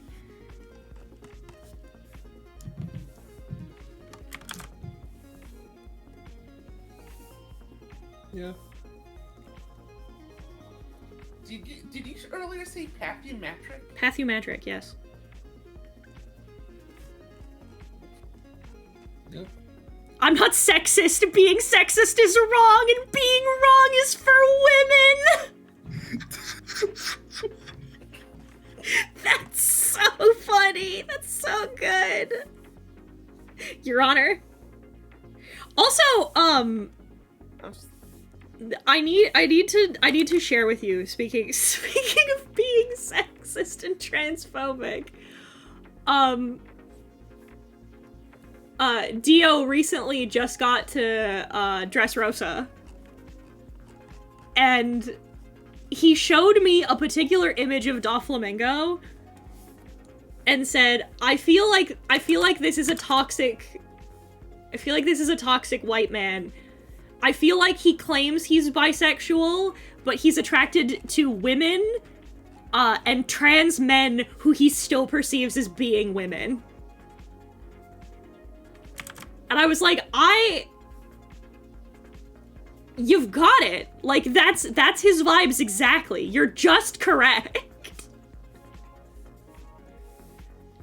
And I'm like, my first thought was like, what a specific headcanon. And then I thought about Doflamingo for like 30 seconds and was like, no, you're right. It's a very specific headcanon, but he's onto something. Let him cook. Pathu metrics make nice background noise for drawing. I suppose. I watch, You know who else makes good background music for drawing? Background noise for drawing? Me. I don't know, a lot of people. You could have just said Heaton. She's right there. I'm gonna, you know what?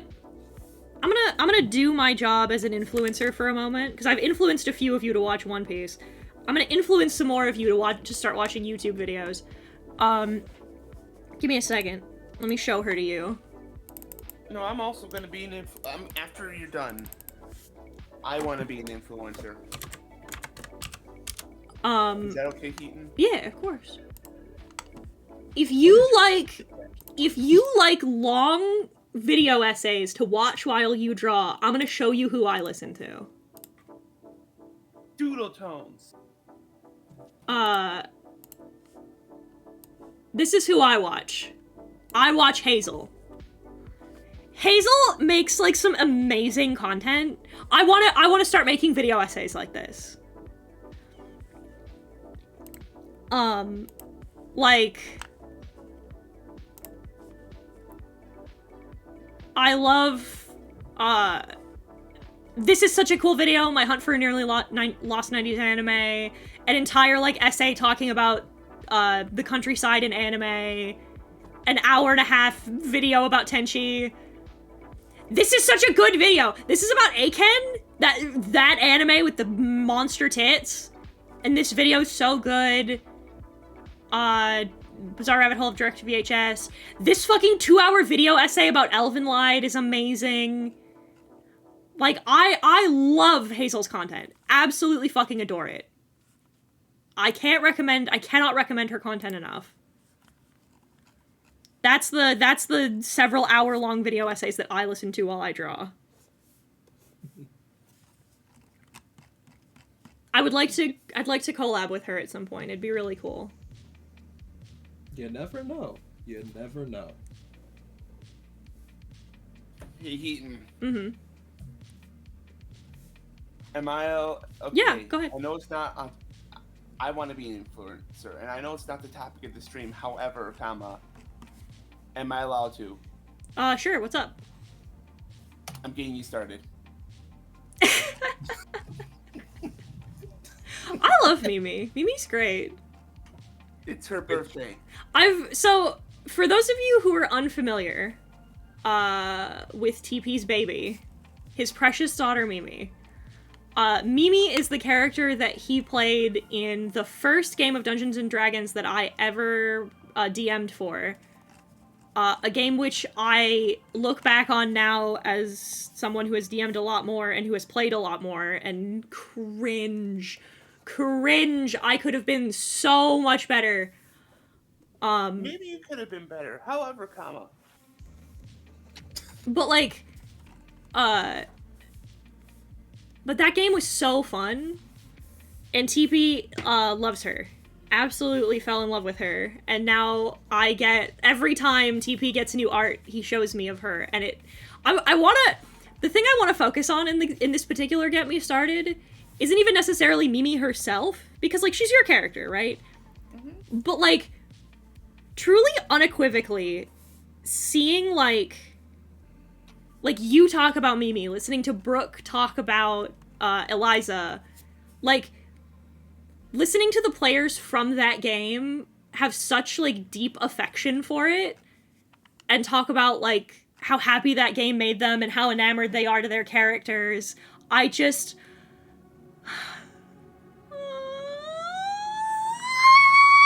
It makes me so happy. It brings me such joy.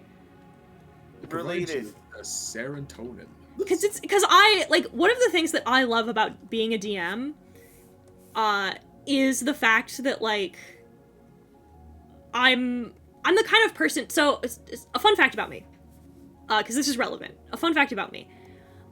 I do a thing that is referred to, I believe, colloquially as pebbling. A sign of affection for me it's a form of it's a fusion of like it's not really. It's quality time is one of my love languages, right? And in that form, the subset of quality time is pebbling. I like to give my friends experiences and things that I like that I think they will like as well. Like like you might have seen it if you watched Champions Challenge when we got to the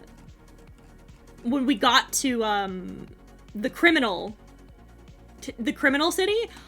I like welled up a little bit because I realized that Crafty had modeled it on Ergastelum, which meant that he really liked Gangsta, which is one of my favorite anime that I introduced him to because I thought he'd like it. And the fact that it influenced him that much made me so happy.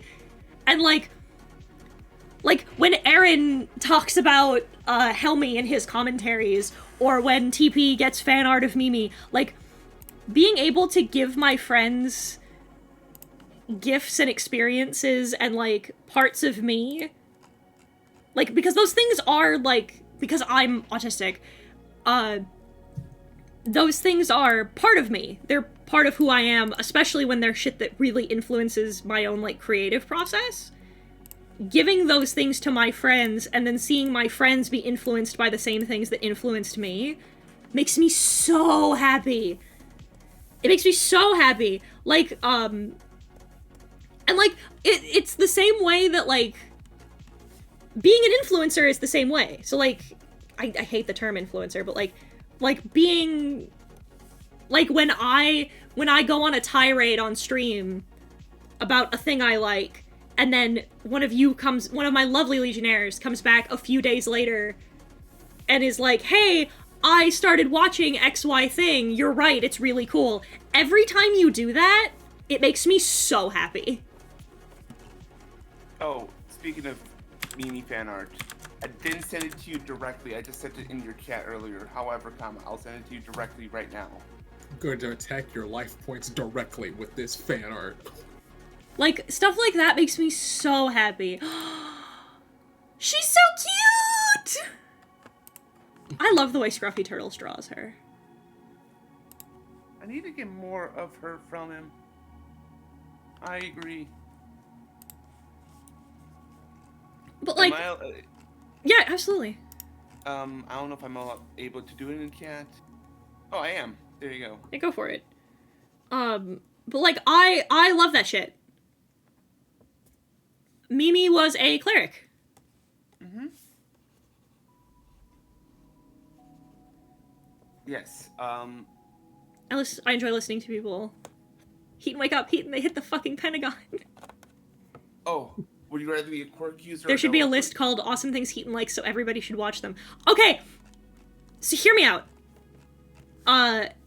We did this a little bit for the, as a reward for the autism streams. But like, and I've asked a couple of people if like, would you like me to make some form of content doing like a rec list? And one of the things I'm planning on doing this year is, I'm stealing something from Hazel, actually. She did, so she took a prolonged hiatus for a bit, and then came back with a video where she did, like, little one-paragraph write-ups about, like, all the things she did during that break. So she just talked about, like, the new anime she watched, or the games she played, or whatever.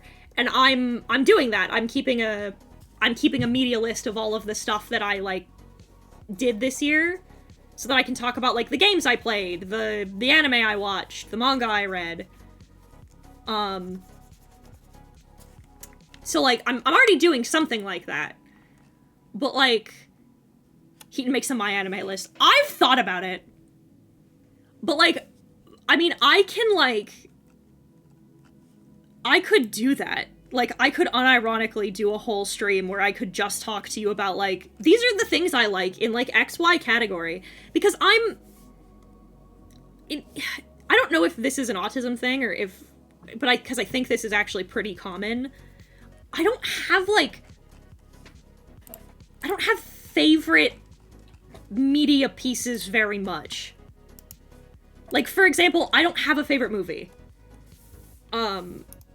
Because to me it's like, well, favorite in what category? And even then, it's like, well, that depends on how I'm feeling that day, or like, or what I watched last, or like, it's like, I don't have favorite, like, media things very often. It's usually just like, these are the things I like, in no particular order. So I've thought about it. Especially because, I was gonna say, especially because a lot of you have said repeatedly, like, we would come here to listen to you read the phone book. You should do that. Should be a sub goal. Y'all seem to really like listening to me just ramble about things I enjoy. So I could do that. I could assemble some recs for you if you so desired. Also, someone cast, like, every time TP brought up meme, I thought he was talking about the Digimon character. It's a coin flip. It's a coin flip. It's either Mike, OC, or the Digimon character.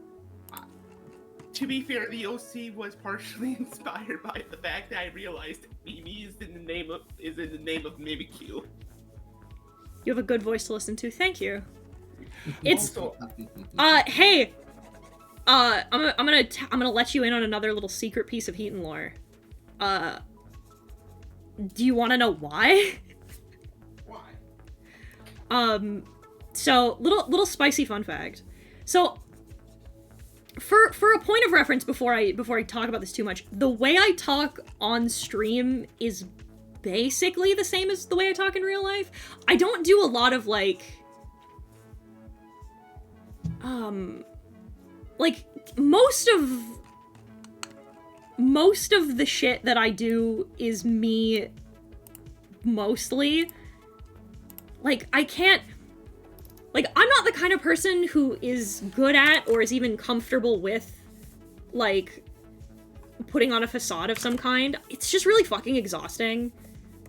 And when it's something I have to do for, like, long periods of time, every other day, like, fuck that. Absolutely not. But, like, part of the reason that I'm...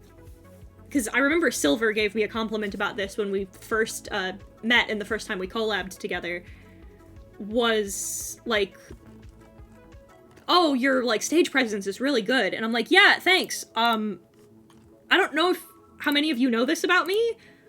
I'm, like, classically theater trained. Like, I went to, like... So, I didn't, like... Okay, I didn't go to college for theater, right?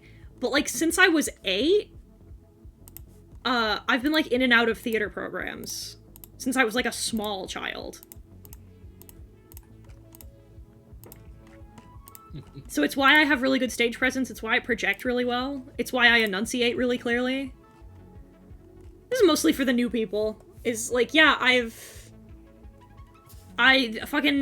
sure hope it does, you know?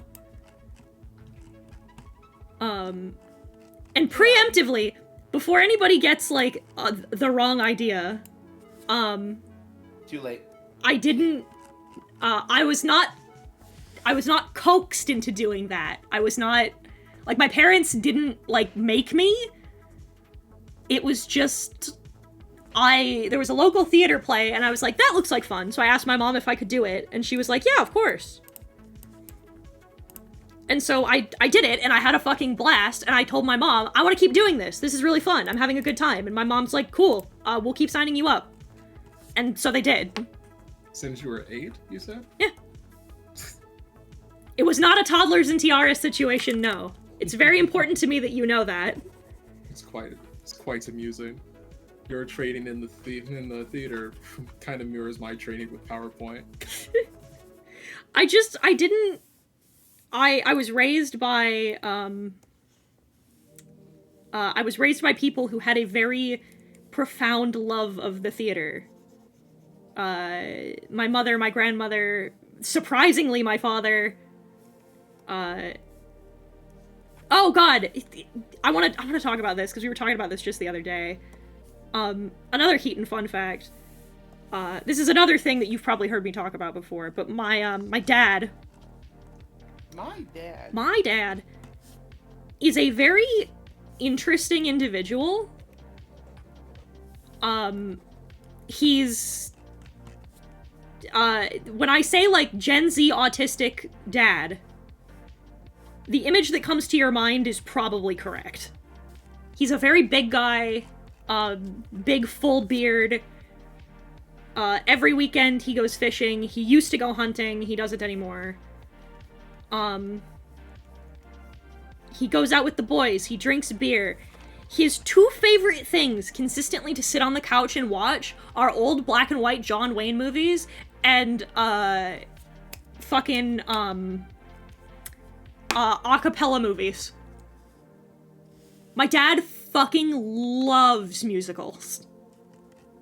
Like, so much. Like, it's one of my dad's favorite things. Like, Music Man is one of his favorite movies. He took me to watch High School Musical 3 because he was invested in High School Musical. He knows all the words. I will catch him, I would go downstairs and I would catch him watching High School Musical singing along to Bop to the Top. Yeah, oh, my dad loves Pitch Perfect. My dad absolutely adores Pitch Perfect. And it's one of my favorite things about him. Like, he likes NSYNC. He liked boy bands. He got into them with me. Like, he's just... My dad is like, for lack of a better way to phrase it, a very classically masculine person. But like, there's just some things that my dad really likes that are very silly, and I love that every time I mention to him that it's a little funny to watch him flipping between Pitch Perfect and an old John Wayne movie. He'll just kind of shrug, and he's like, ah, whatever, they make me happy, I don't care. Oh my god. I just had an incredible realization. My parents are super, like... Well, mostly my dad is super, like... oh, drag queens, oh man, it's horrible, it's horrible for the youth. Meanwhile, me as a child was watching Hairspray. Yeah, John Travolta, huh? It's one of my favorite facts about my dad. That and, my father is much like Aaron Tempest in the way that every time I speak to him about some aspect of his past, he drops new lore that I didn't know. And then is surprised that I didn't know it, which I think is bonkers and irritates the ever-loving fuck out of me. Like my dad will just say the wildest fucking shit. And then just be like, my favorite example of this, right, was we were talking about something, and he said something, when I was first married. And I paused, and I looked at him, and I'm like, no? And he goes, what? And I'm like, the timeline of that doesn't add up. That's not right. Couldn't have been then. And Dad goes, oh, that was before I was married to your mom. What? And he goes, what? And I'm like, you were married? And he goes, oh, well, not really. Like, only kinda. What the fuck? What the fuck does that mean, Father? And he'll be like, what are you talking about? I'm like, what do you mean, what am I talking about? You were engaged to somebody else? And he goes, yeah, for a while. When? When I was in the Army? Or when I was in the Air Force? What happened? And he's like, I didn't like her as much as I liked your mom. I didn't tell you this? No! Ethan? Yeah? Your dad is, and you're just... Fuck you mean, nuh-uh?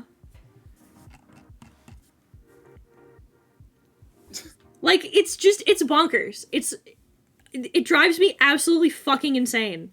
Because the part of it that makes me feel nuts is that he'll, like, I don't think he's doing it on purpose, but that motherfucker will, like, gaslight me about it.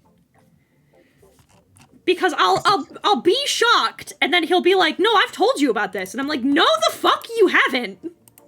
I feel like I would remember this." Your father may do it unintentionally, but I definitely do it intentionally. I'm convinced that Aaron works for the government. I told you that one time I decided that I had to go to Texas to do a thing. To do what? It was like I had to go, it was like I was doing a presentation for Whole Foods. It was like part of like a national competition. We didn't win. What? Okay. I'm gonna need you to back the fuck up for 1 second. Yeah? Because that sentence, those two sentences, did a national presentation for Whole Foods. We didn't win. What competition the fuck was we? Was this a work thing? A school thing? Neither. Okay.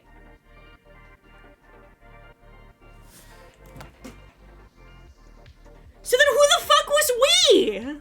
Don't worry about it. No, fuck you, don't worry about it.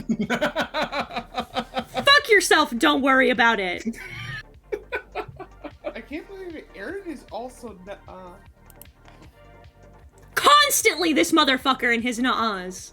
Unfucking fathomable. Oh, you know what I'm gonna do? Hang on. Hang on 1 sec. Because I'm gonna finish this. I'm gonna do Sanji, so we're gonna go a little long. But I'm gonna, one second, I'm gonna order, today's Wednesday, and I'm by myself. So I'm gonna order lunch. 1 second, while I contact Uber Eatsman.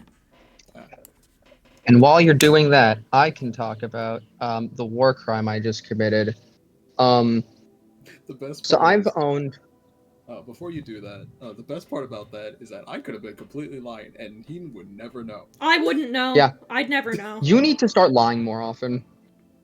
Oh, who says I haven't been? You know what? Well, I mean, more often. I'm gonna get tacos. That's what I'm gonna do. I'm gonna get tacos There tonight. So Fair enough. okay. Anyway, I do asked need to myself get going. very Goodbye. damn. Until next time, take care. I asked myself a very important question today. I asked, is Virgil really all that? Like, I've heard he's good, but is he really like, oh yes, Marvel vs. Capcom, Spider-Man's canon event? Like, for real, I did the easiest combo of my life, and it was a touch of death. Well, I turn on a BRB screen when I'm like physically leaving the computer, but if I'm still in the room and I can still hear you, I'll just move, because it's the image of me just going off camera. I like that better. It was DT, light, medium, heavy, special, jump, light, medium, heavy, special, and then Dark Angel. And death. I'm getting carnitas, taco. I'm gonna get carnitas, and I'm gonna get guacamole, and I'm gonna eat the fuck out of that. Now, if you'll excuse me 1 second, I do have to go get my fucking phone charger, because I forgot it, and I didn't think we would be going this long. So, one second. Now I actually put on the BRB screen. no. So Blah, Avi, blah, blah, blah. Mangus Pongus. what you told me is that Virgil truly is all that. Yeah, I was like, it was great, because, the way Virgil's level 4 works, by the way, of course, he's the only character in the entire game with a level 4. The way it works is you have to be in double trigger, which costs 1 bar, and then you need 3 bars to do Dark Angel. But like the tax system just gives you meter for free. So you can just get 4 meter, turn on Devil Trigger, and you have won the game. Like, Marvel vs. Capcom 3 is Virgil's game. also, I've learned how to wave dash. It's funny. It's really, really, really funny. You can wave dash in Marvel vs. Capcom 3? Yes, because technically speaking, it is the first fighting game I've ever played, chronologically speaking, that has a dash button, and it is you tap light and medium at the same time, and that does a dash. But if you dash and then immediately cancel it with by ducking or crouching, you maintain dash momentum while moving forward. And the dude in the video was like, "You do this instead of walking." And I'm like, "Oh, I can't wait to play the game."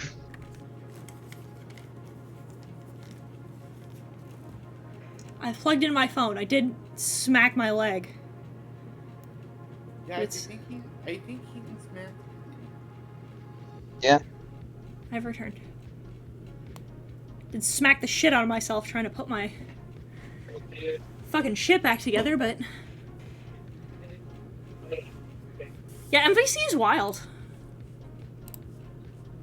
Yeah, right now my team is Dante, Virgil, and Spider-Man.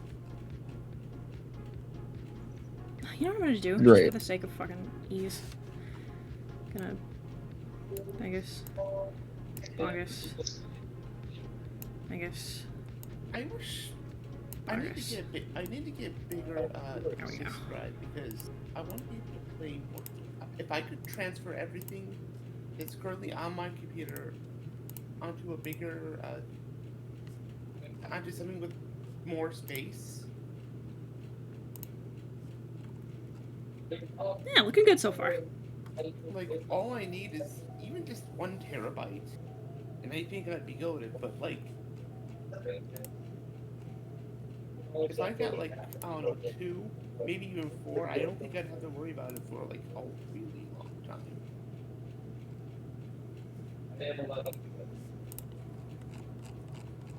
And now we get to draw my boy.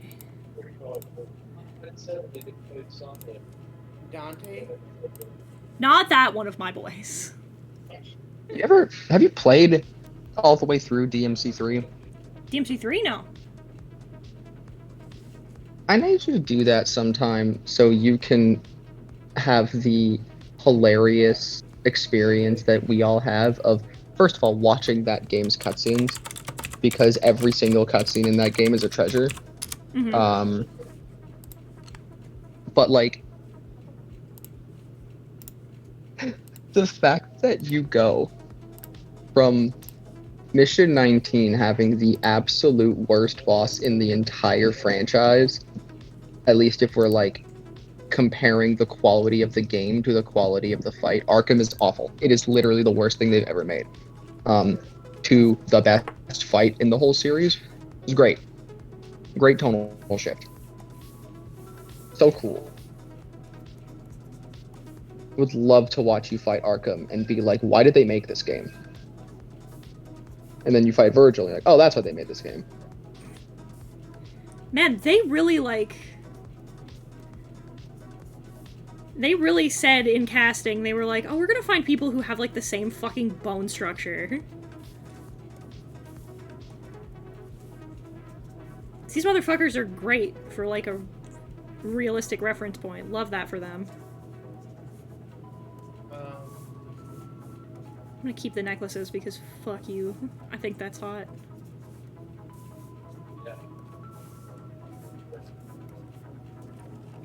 you know what I like about Devil May Cry 3? Dante's fat titties. The true One Piece. Luffy fat- kissing Sanji. Listen, I was not a Lusan believer, but I'm gonna be real. Twitter's selling me. I'm getting it. I think Sanji's a straight man, but like... But if motherfuckers wanna be like, oh no, he likes men.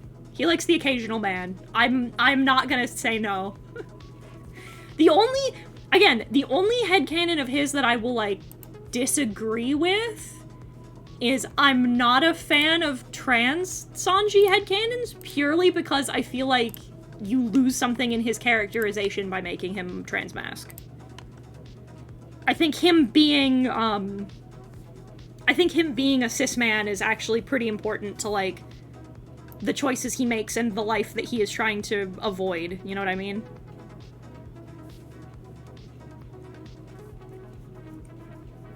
Otherwise, I don't care. And even if you want to headcanon him as trans, I'm not gonna fucking stop you.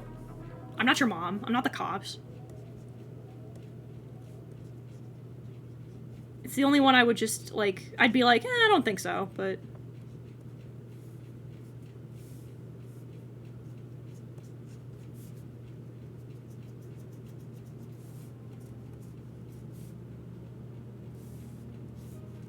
So, Are you the cops, Mom? No. No. I don't know, am I? First and foremost, the police is right over there, Abby.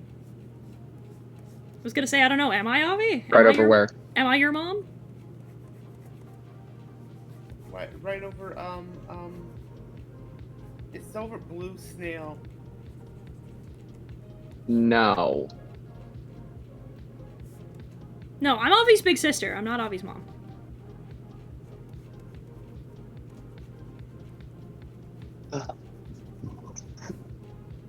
And as far as I'm aware, unless things have changed, I'm not Doodle's mom either. I don't think I'm Susie's mom. I thought Susie was Mama Doodles, not... Susie's mom.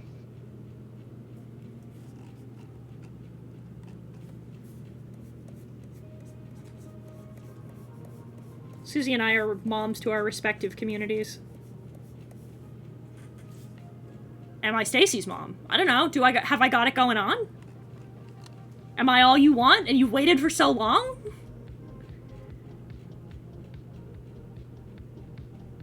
Yes. Then I suppose I'm Stacy's mom, huh? Woo, I'm mom.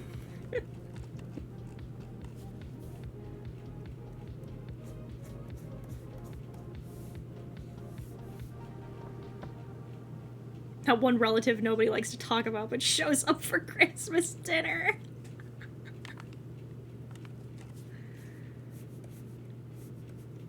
I am stepmom there. That is what I am.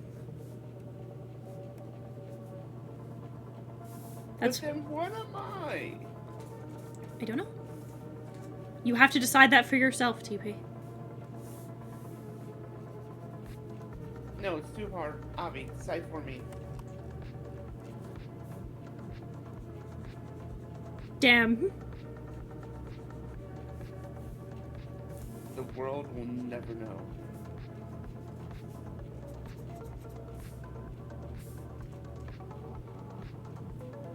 You're gonna have to bear some of my visual Sanji headcanons. There's nothing you can do to stop me.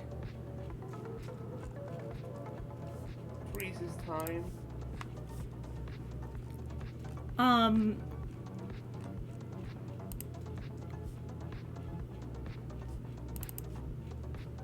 was gonna say something and I forgot.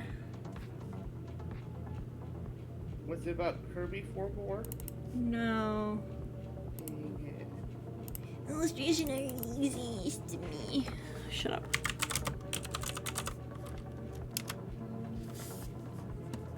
Just saving my fucking progress at this point. Because I will have to, because I am gonna have to step away from it for a minute when I go and eat my lunch.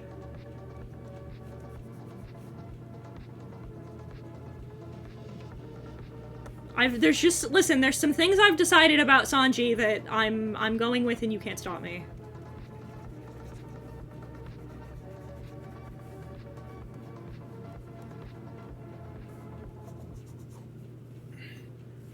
I should probably be watching the stream to see what people are saying. Probably. TP's the artist uncle that buys children art supplies for the hell of it. Factually correct.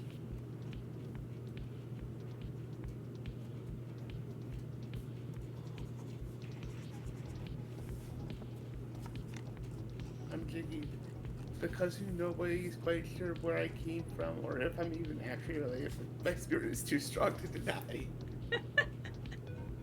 My spirit is too strong to deny is a very good sentence. It's also not incorrect. Having interacted with you for prolonged periods, Jiggy, factually correct. I'm gonna do this. We're gonna... Yeah. Just because I can't get, like, the exact ratio of his body right, so we'll have that just be the part that sticks out over Nami. Ratio. I found out that Sanji's eyes are blue, and I don't know how I feel about that. In German. I always thought his eyes were brown.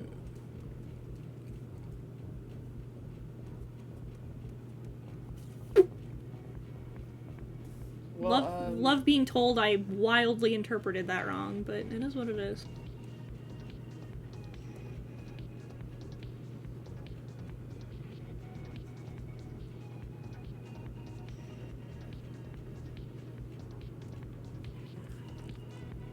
The black sheep of the family that likes JoJo and feels alone. I love JoJo. JoJo's great.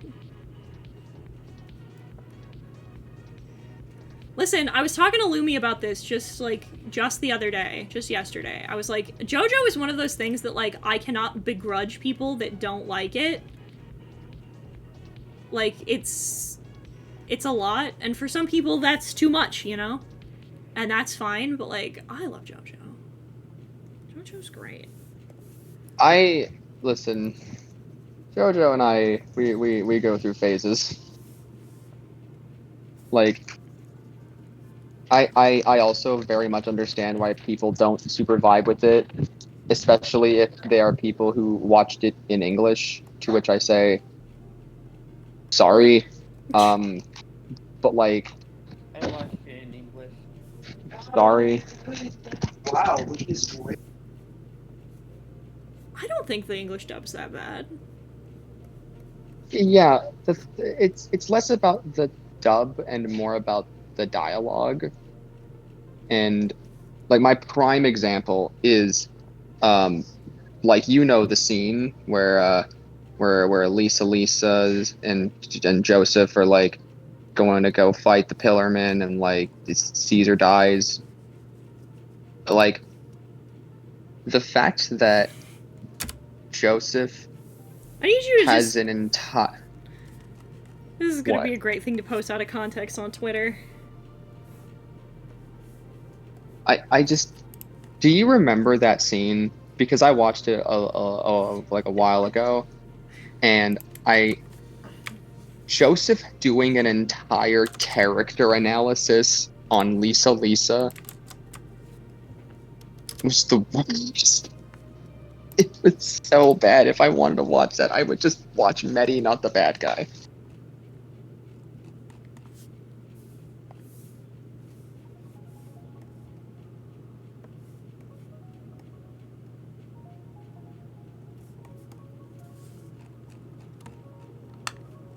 She is cried when Caesar died. Sobbed. Weeped even? Wept openly even.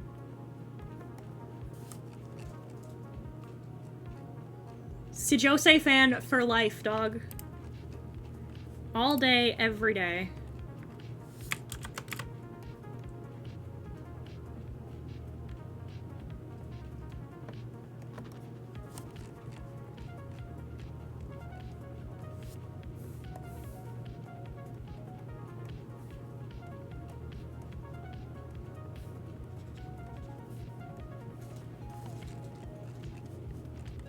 His head's way too big. Hang on.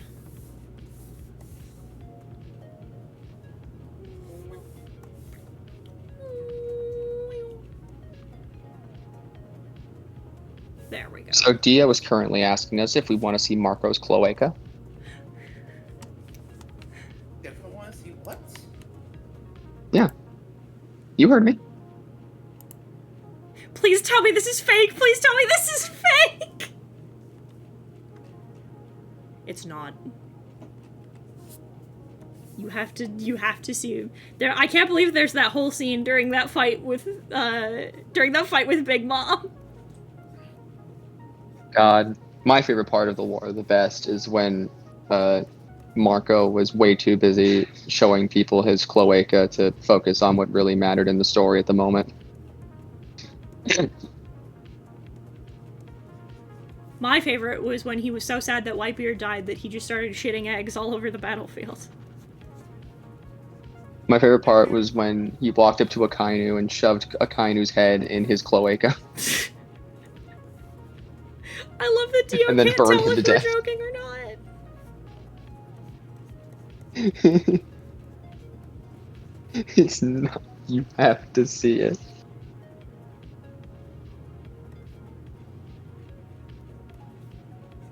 Listen, every time this man's hair gets wet, it gets curly. I'm giving him curly hair. You can't stop me. You can't tell me what to do. If his fucking eyebrows are curly, then so is the rest of him. Fuck you.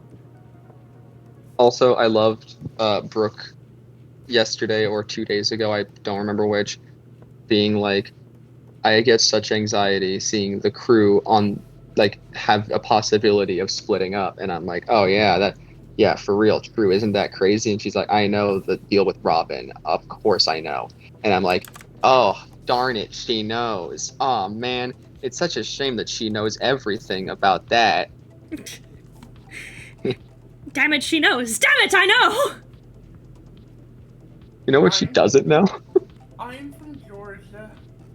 I love how she also doesn't know the other subplot regarding the crew, and I'm just so glad we have a freaking Robin decoy. I'm so glad. I just blame Keith for that one. Also, the end of One Piece is going to be a Davy back fight. Like, we all know this. Yeah. It's going to be great. And then Long Ring Long Land will retroactively be everyone's favorite arc. And they'll be like, oh, I loved it the whole time. And then I'll be like, you're lying. I loved it the whole time. I am Long Ring Long Land's, like, strongest soldier. Holding Oda's hand. I understood it. I got what you were going for. I loved it just as much. And it wasn't even for the reasons you'd think. It's because of the Foxy fight. Yeah. That fight rules. It's so good. It's so incredibly good. Fucking still thinking about that comment from earlier. The like, oh, Mihawk's a POC? Great for him. No, that's not a fight. That was not a fight. It really wasn't. It's like how you can't Like- call either fight, you can't call either encounter with Bellamy a fight. They're not fights. They're Bellamy getting They're fucking curb stomped. Yeah, but like, hold on. It's Batman fighting himself. And Well, the Luffy being like, entirety what are you talking about? The entirety of One Piece is people fighting themselves. Bellamy fighting himself. We also had a moment.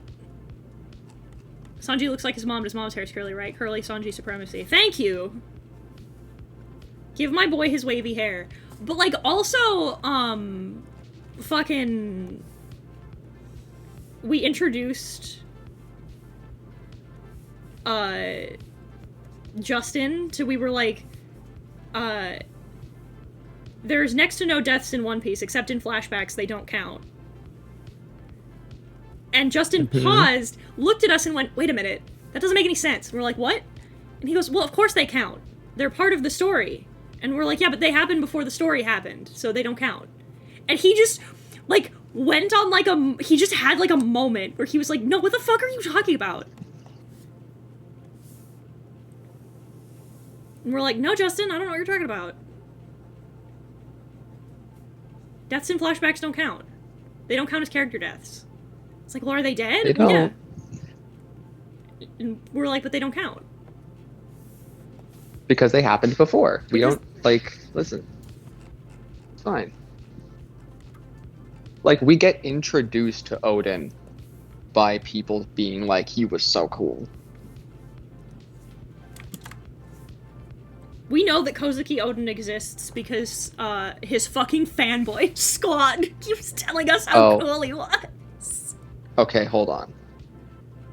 When Ivanikov or Doc Q gets to Yamato Mm-hmm. and, like, fully completes the transition, Yamato will have Odin's voice actor. That'd be yes. Letting Yamato be voiced by 100%. Robbie. Yes, yes, yes, yes, yes, yes. Ugh.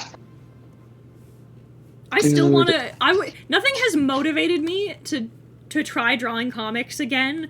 Like the image in my Now I'm head. motivated.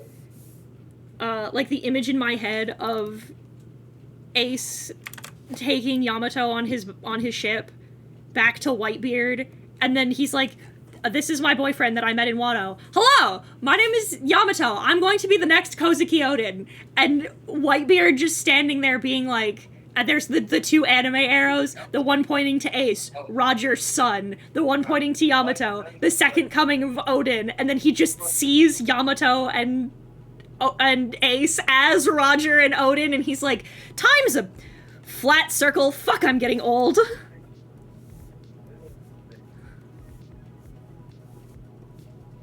God, I'm old. Also, I don't know why that this name has been sticking out to me so much. When we get around to making that Tontada, the name Bijou has been sticking out. Bijou is a very good name for a Tontada, I think. Okay, when you said Whitebeard standing there, I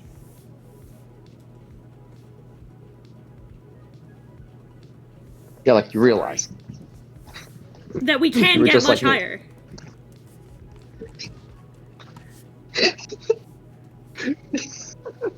So Oh, hi! oh god. Like that's I Ace brings Yamato onto the ship.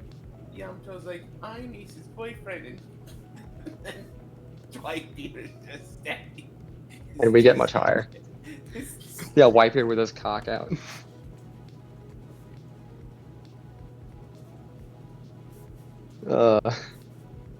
My fucking God, shit I'm also- children out here. I'm just also a really big fan of the fact that, like, the whole reason that Dressrosa was able to be, like, successful was because Usopp wore that helmet. Mm-hmm. Like, Usopp wore a funny hat, and if he hadn't, Dressrosa would have fucking fallen. Great. Fantastic. It's why I'm super for this, like, this notion of like, because they only have a princess. They didn't have a king or a queen. No, they do now. So they do? Yeah, King Riku The came back. Tontadas. Oh no, the Tontadas don't. No, you're okay. I thought you were talking about just Yeah, no, Dressrosa. they just have Manchury. Yeah, no, they just have Manchuri. I just love just looking up at Hannah being like, "Oh my god, are you our long lost queen?" And she's like, "Yes, I am." No, she doesn't even get a I'm chance. She doesn't even get a chance to hesitate. Meg just slaps a hand over her mouth and goes, "Yes."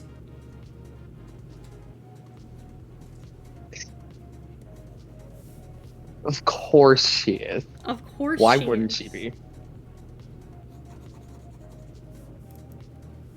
It's like, what would even give you that idea that that I'm one of them? And it's like, I don't know. Why don't you tell me?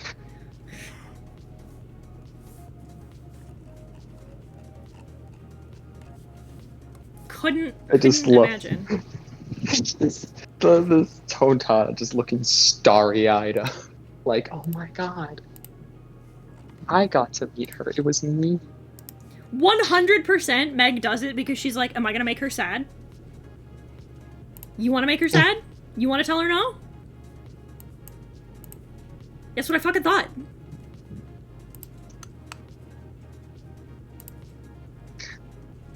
I'm so.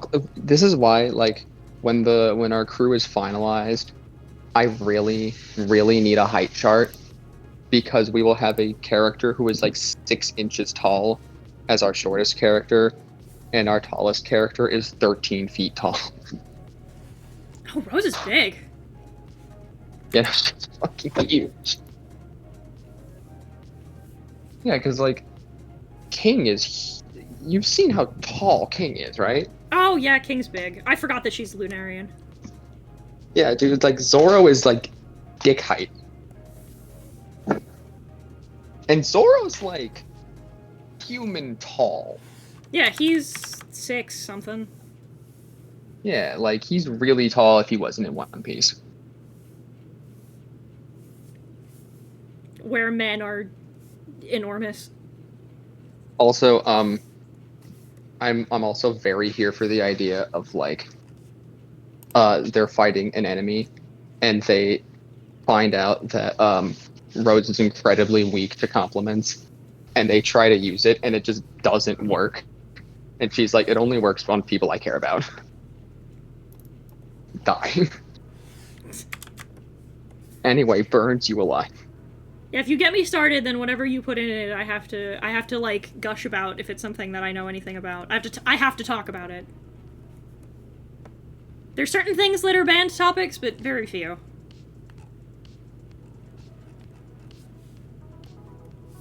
You know what? Here we go.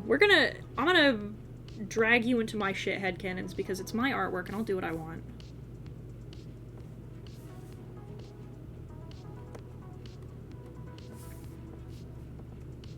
If Oda wanted to give them canon eye colors, he probably fucking should have.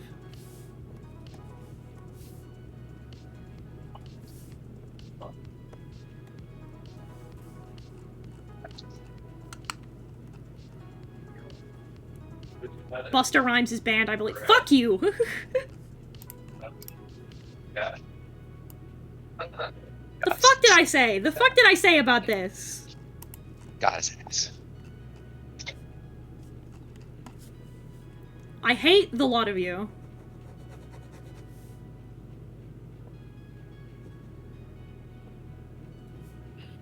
Bailiff Whack is creepy.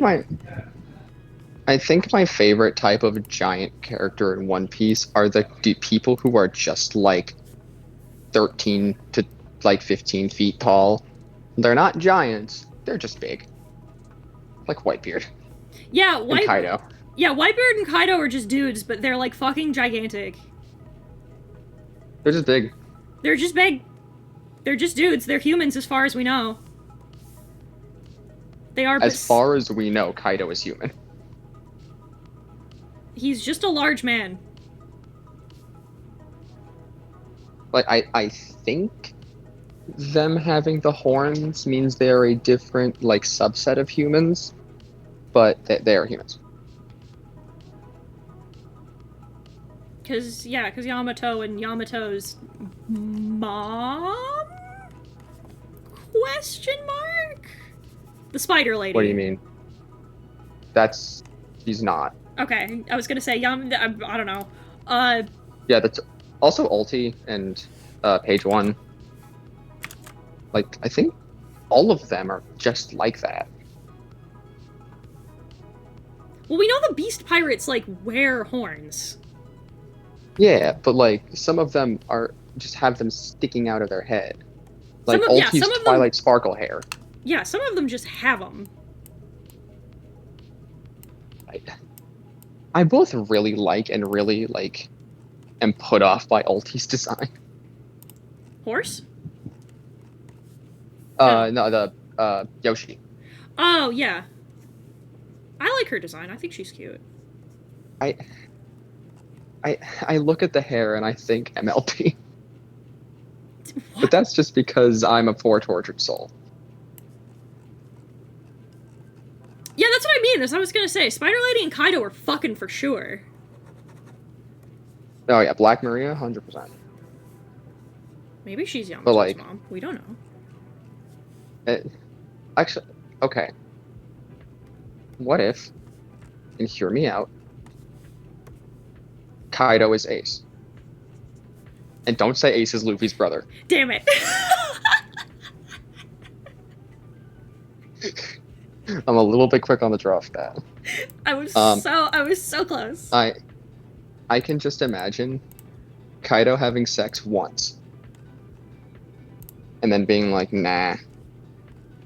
No more of that. That's bad. I don't like it. And then the woman who somehow survived has to now bear a child. Okay. Now we can start merging layers down. The thing that's less believable than Kaido being incredibly respectful towards Yamato's pronoun despite hating what his son is the fact that someone survived having sex with Kaido. I like the bit of like, well, he can be trans all he wants. I don't care if he chooses to be a man. I just don't want him to be that man in particular. So cool. Why can't Thank he? God for Kaido. Why can't he want to be a strong, powerful man, a pinnacle of masculinity, like myself? If he wanted to be more like me, I would have no problems with it. It has nothing to do with him being transgender, everything to do with the fact that he wants to be Odin!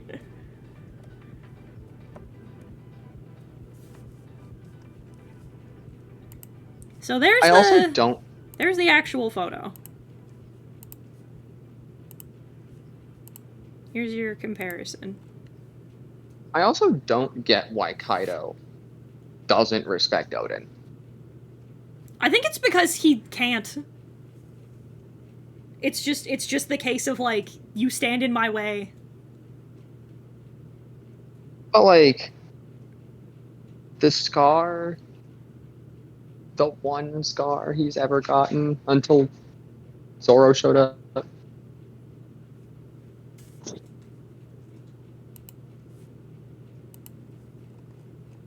Yeah,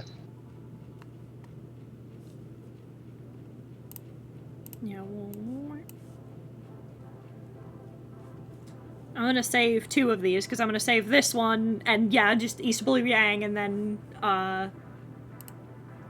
we'll do the, I'm just gonna put the rest of them in there.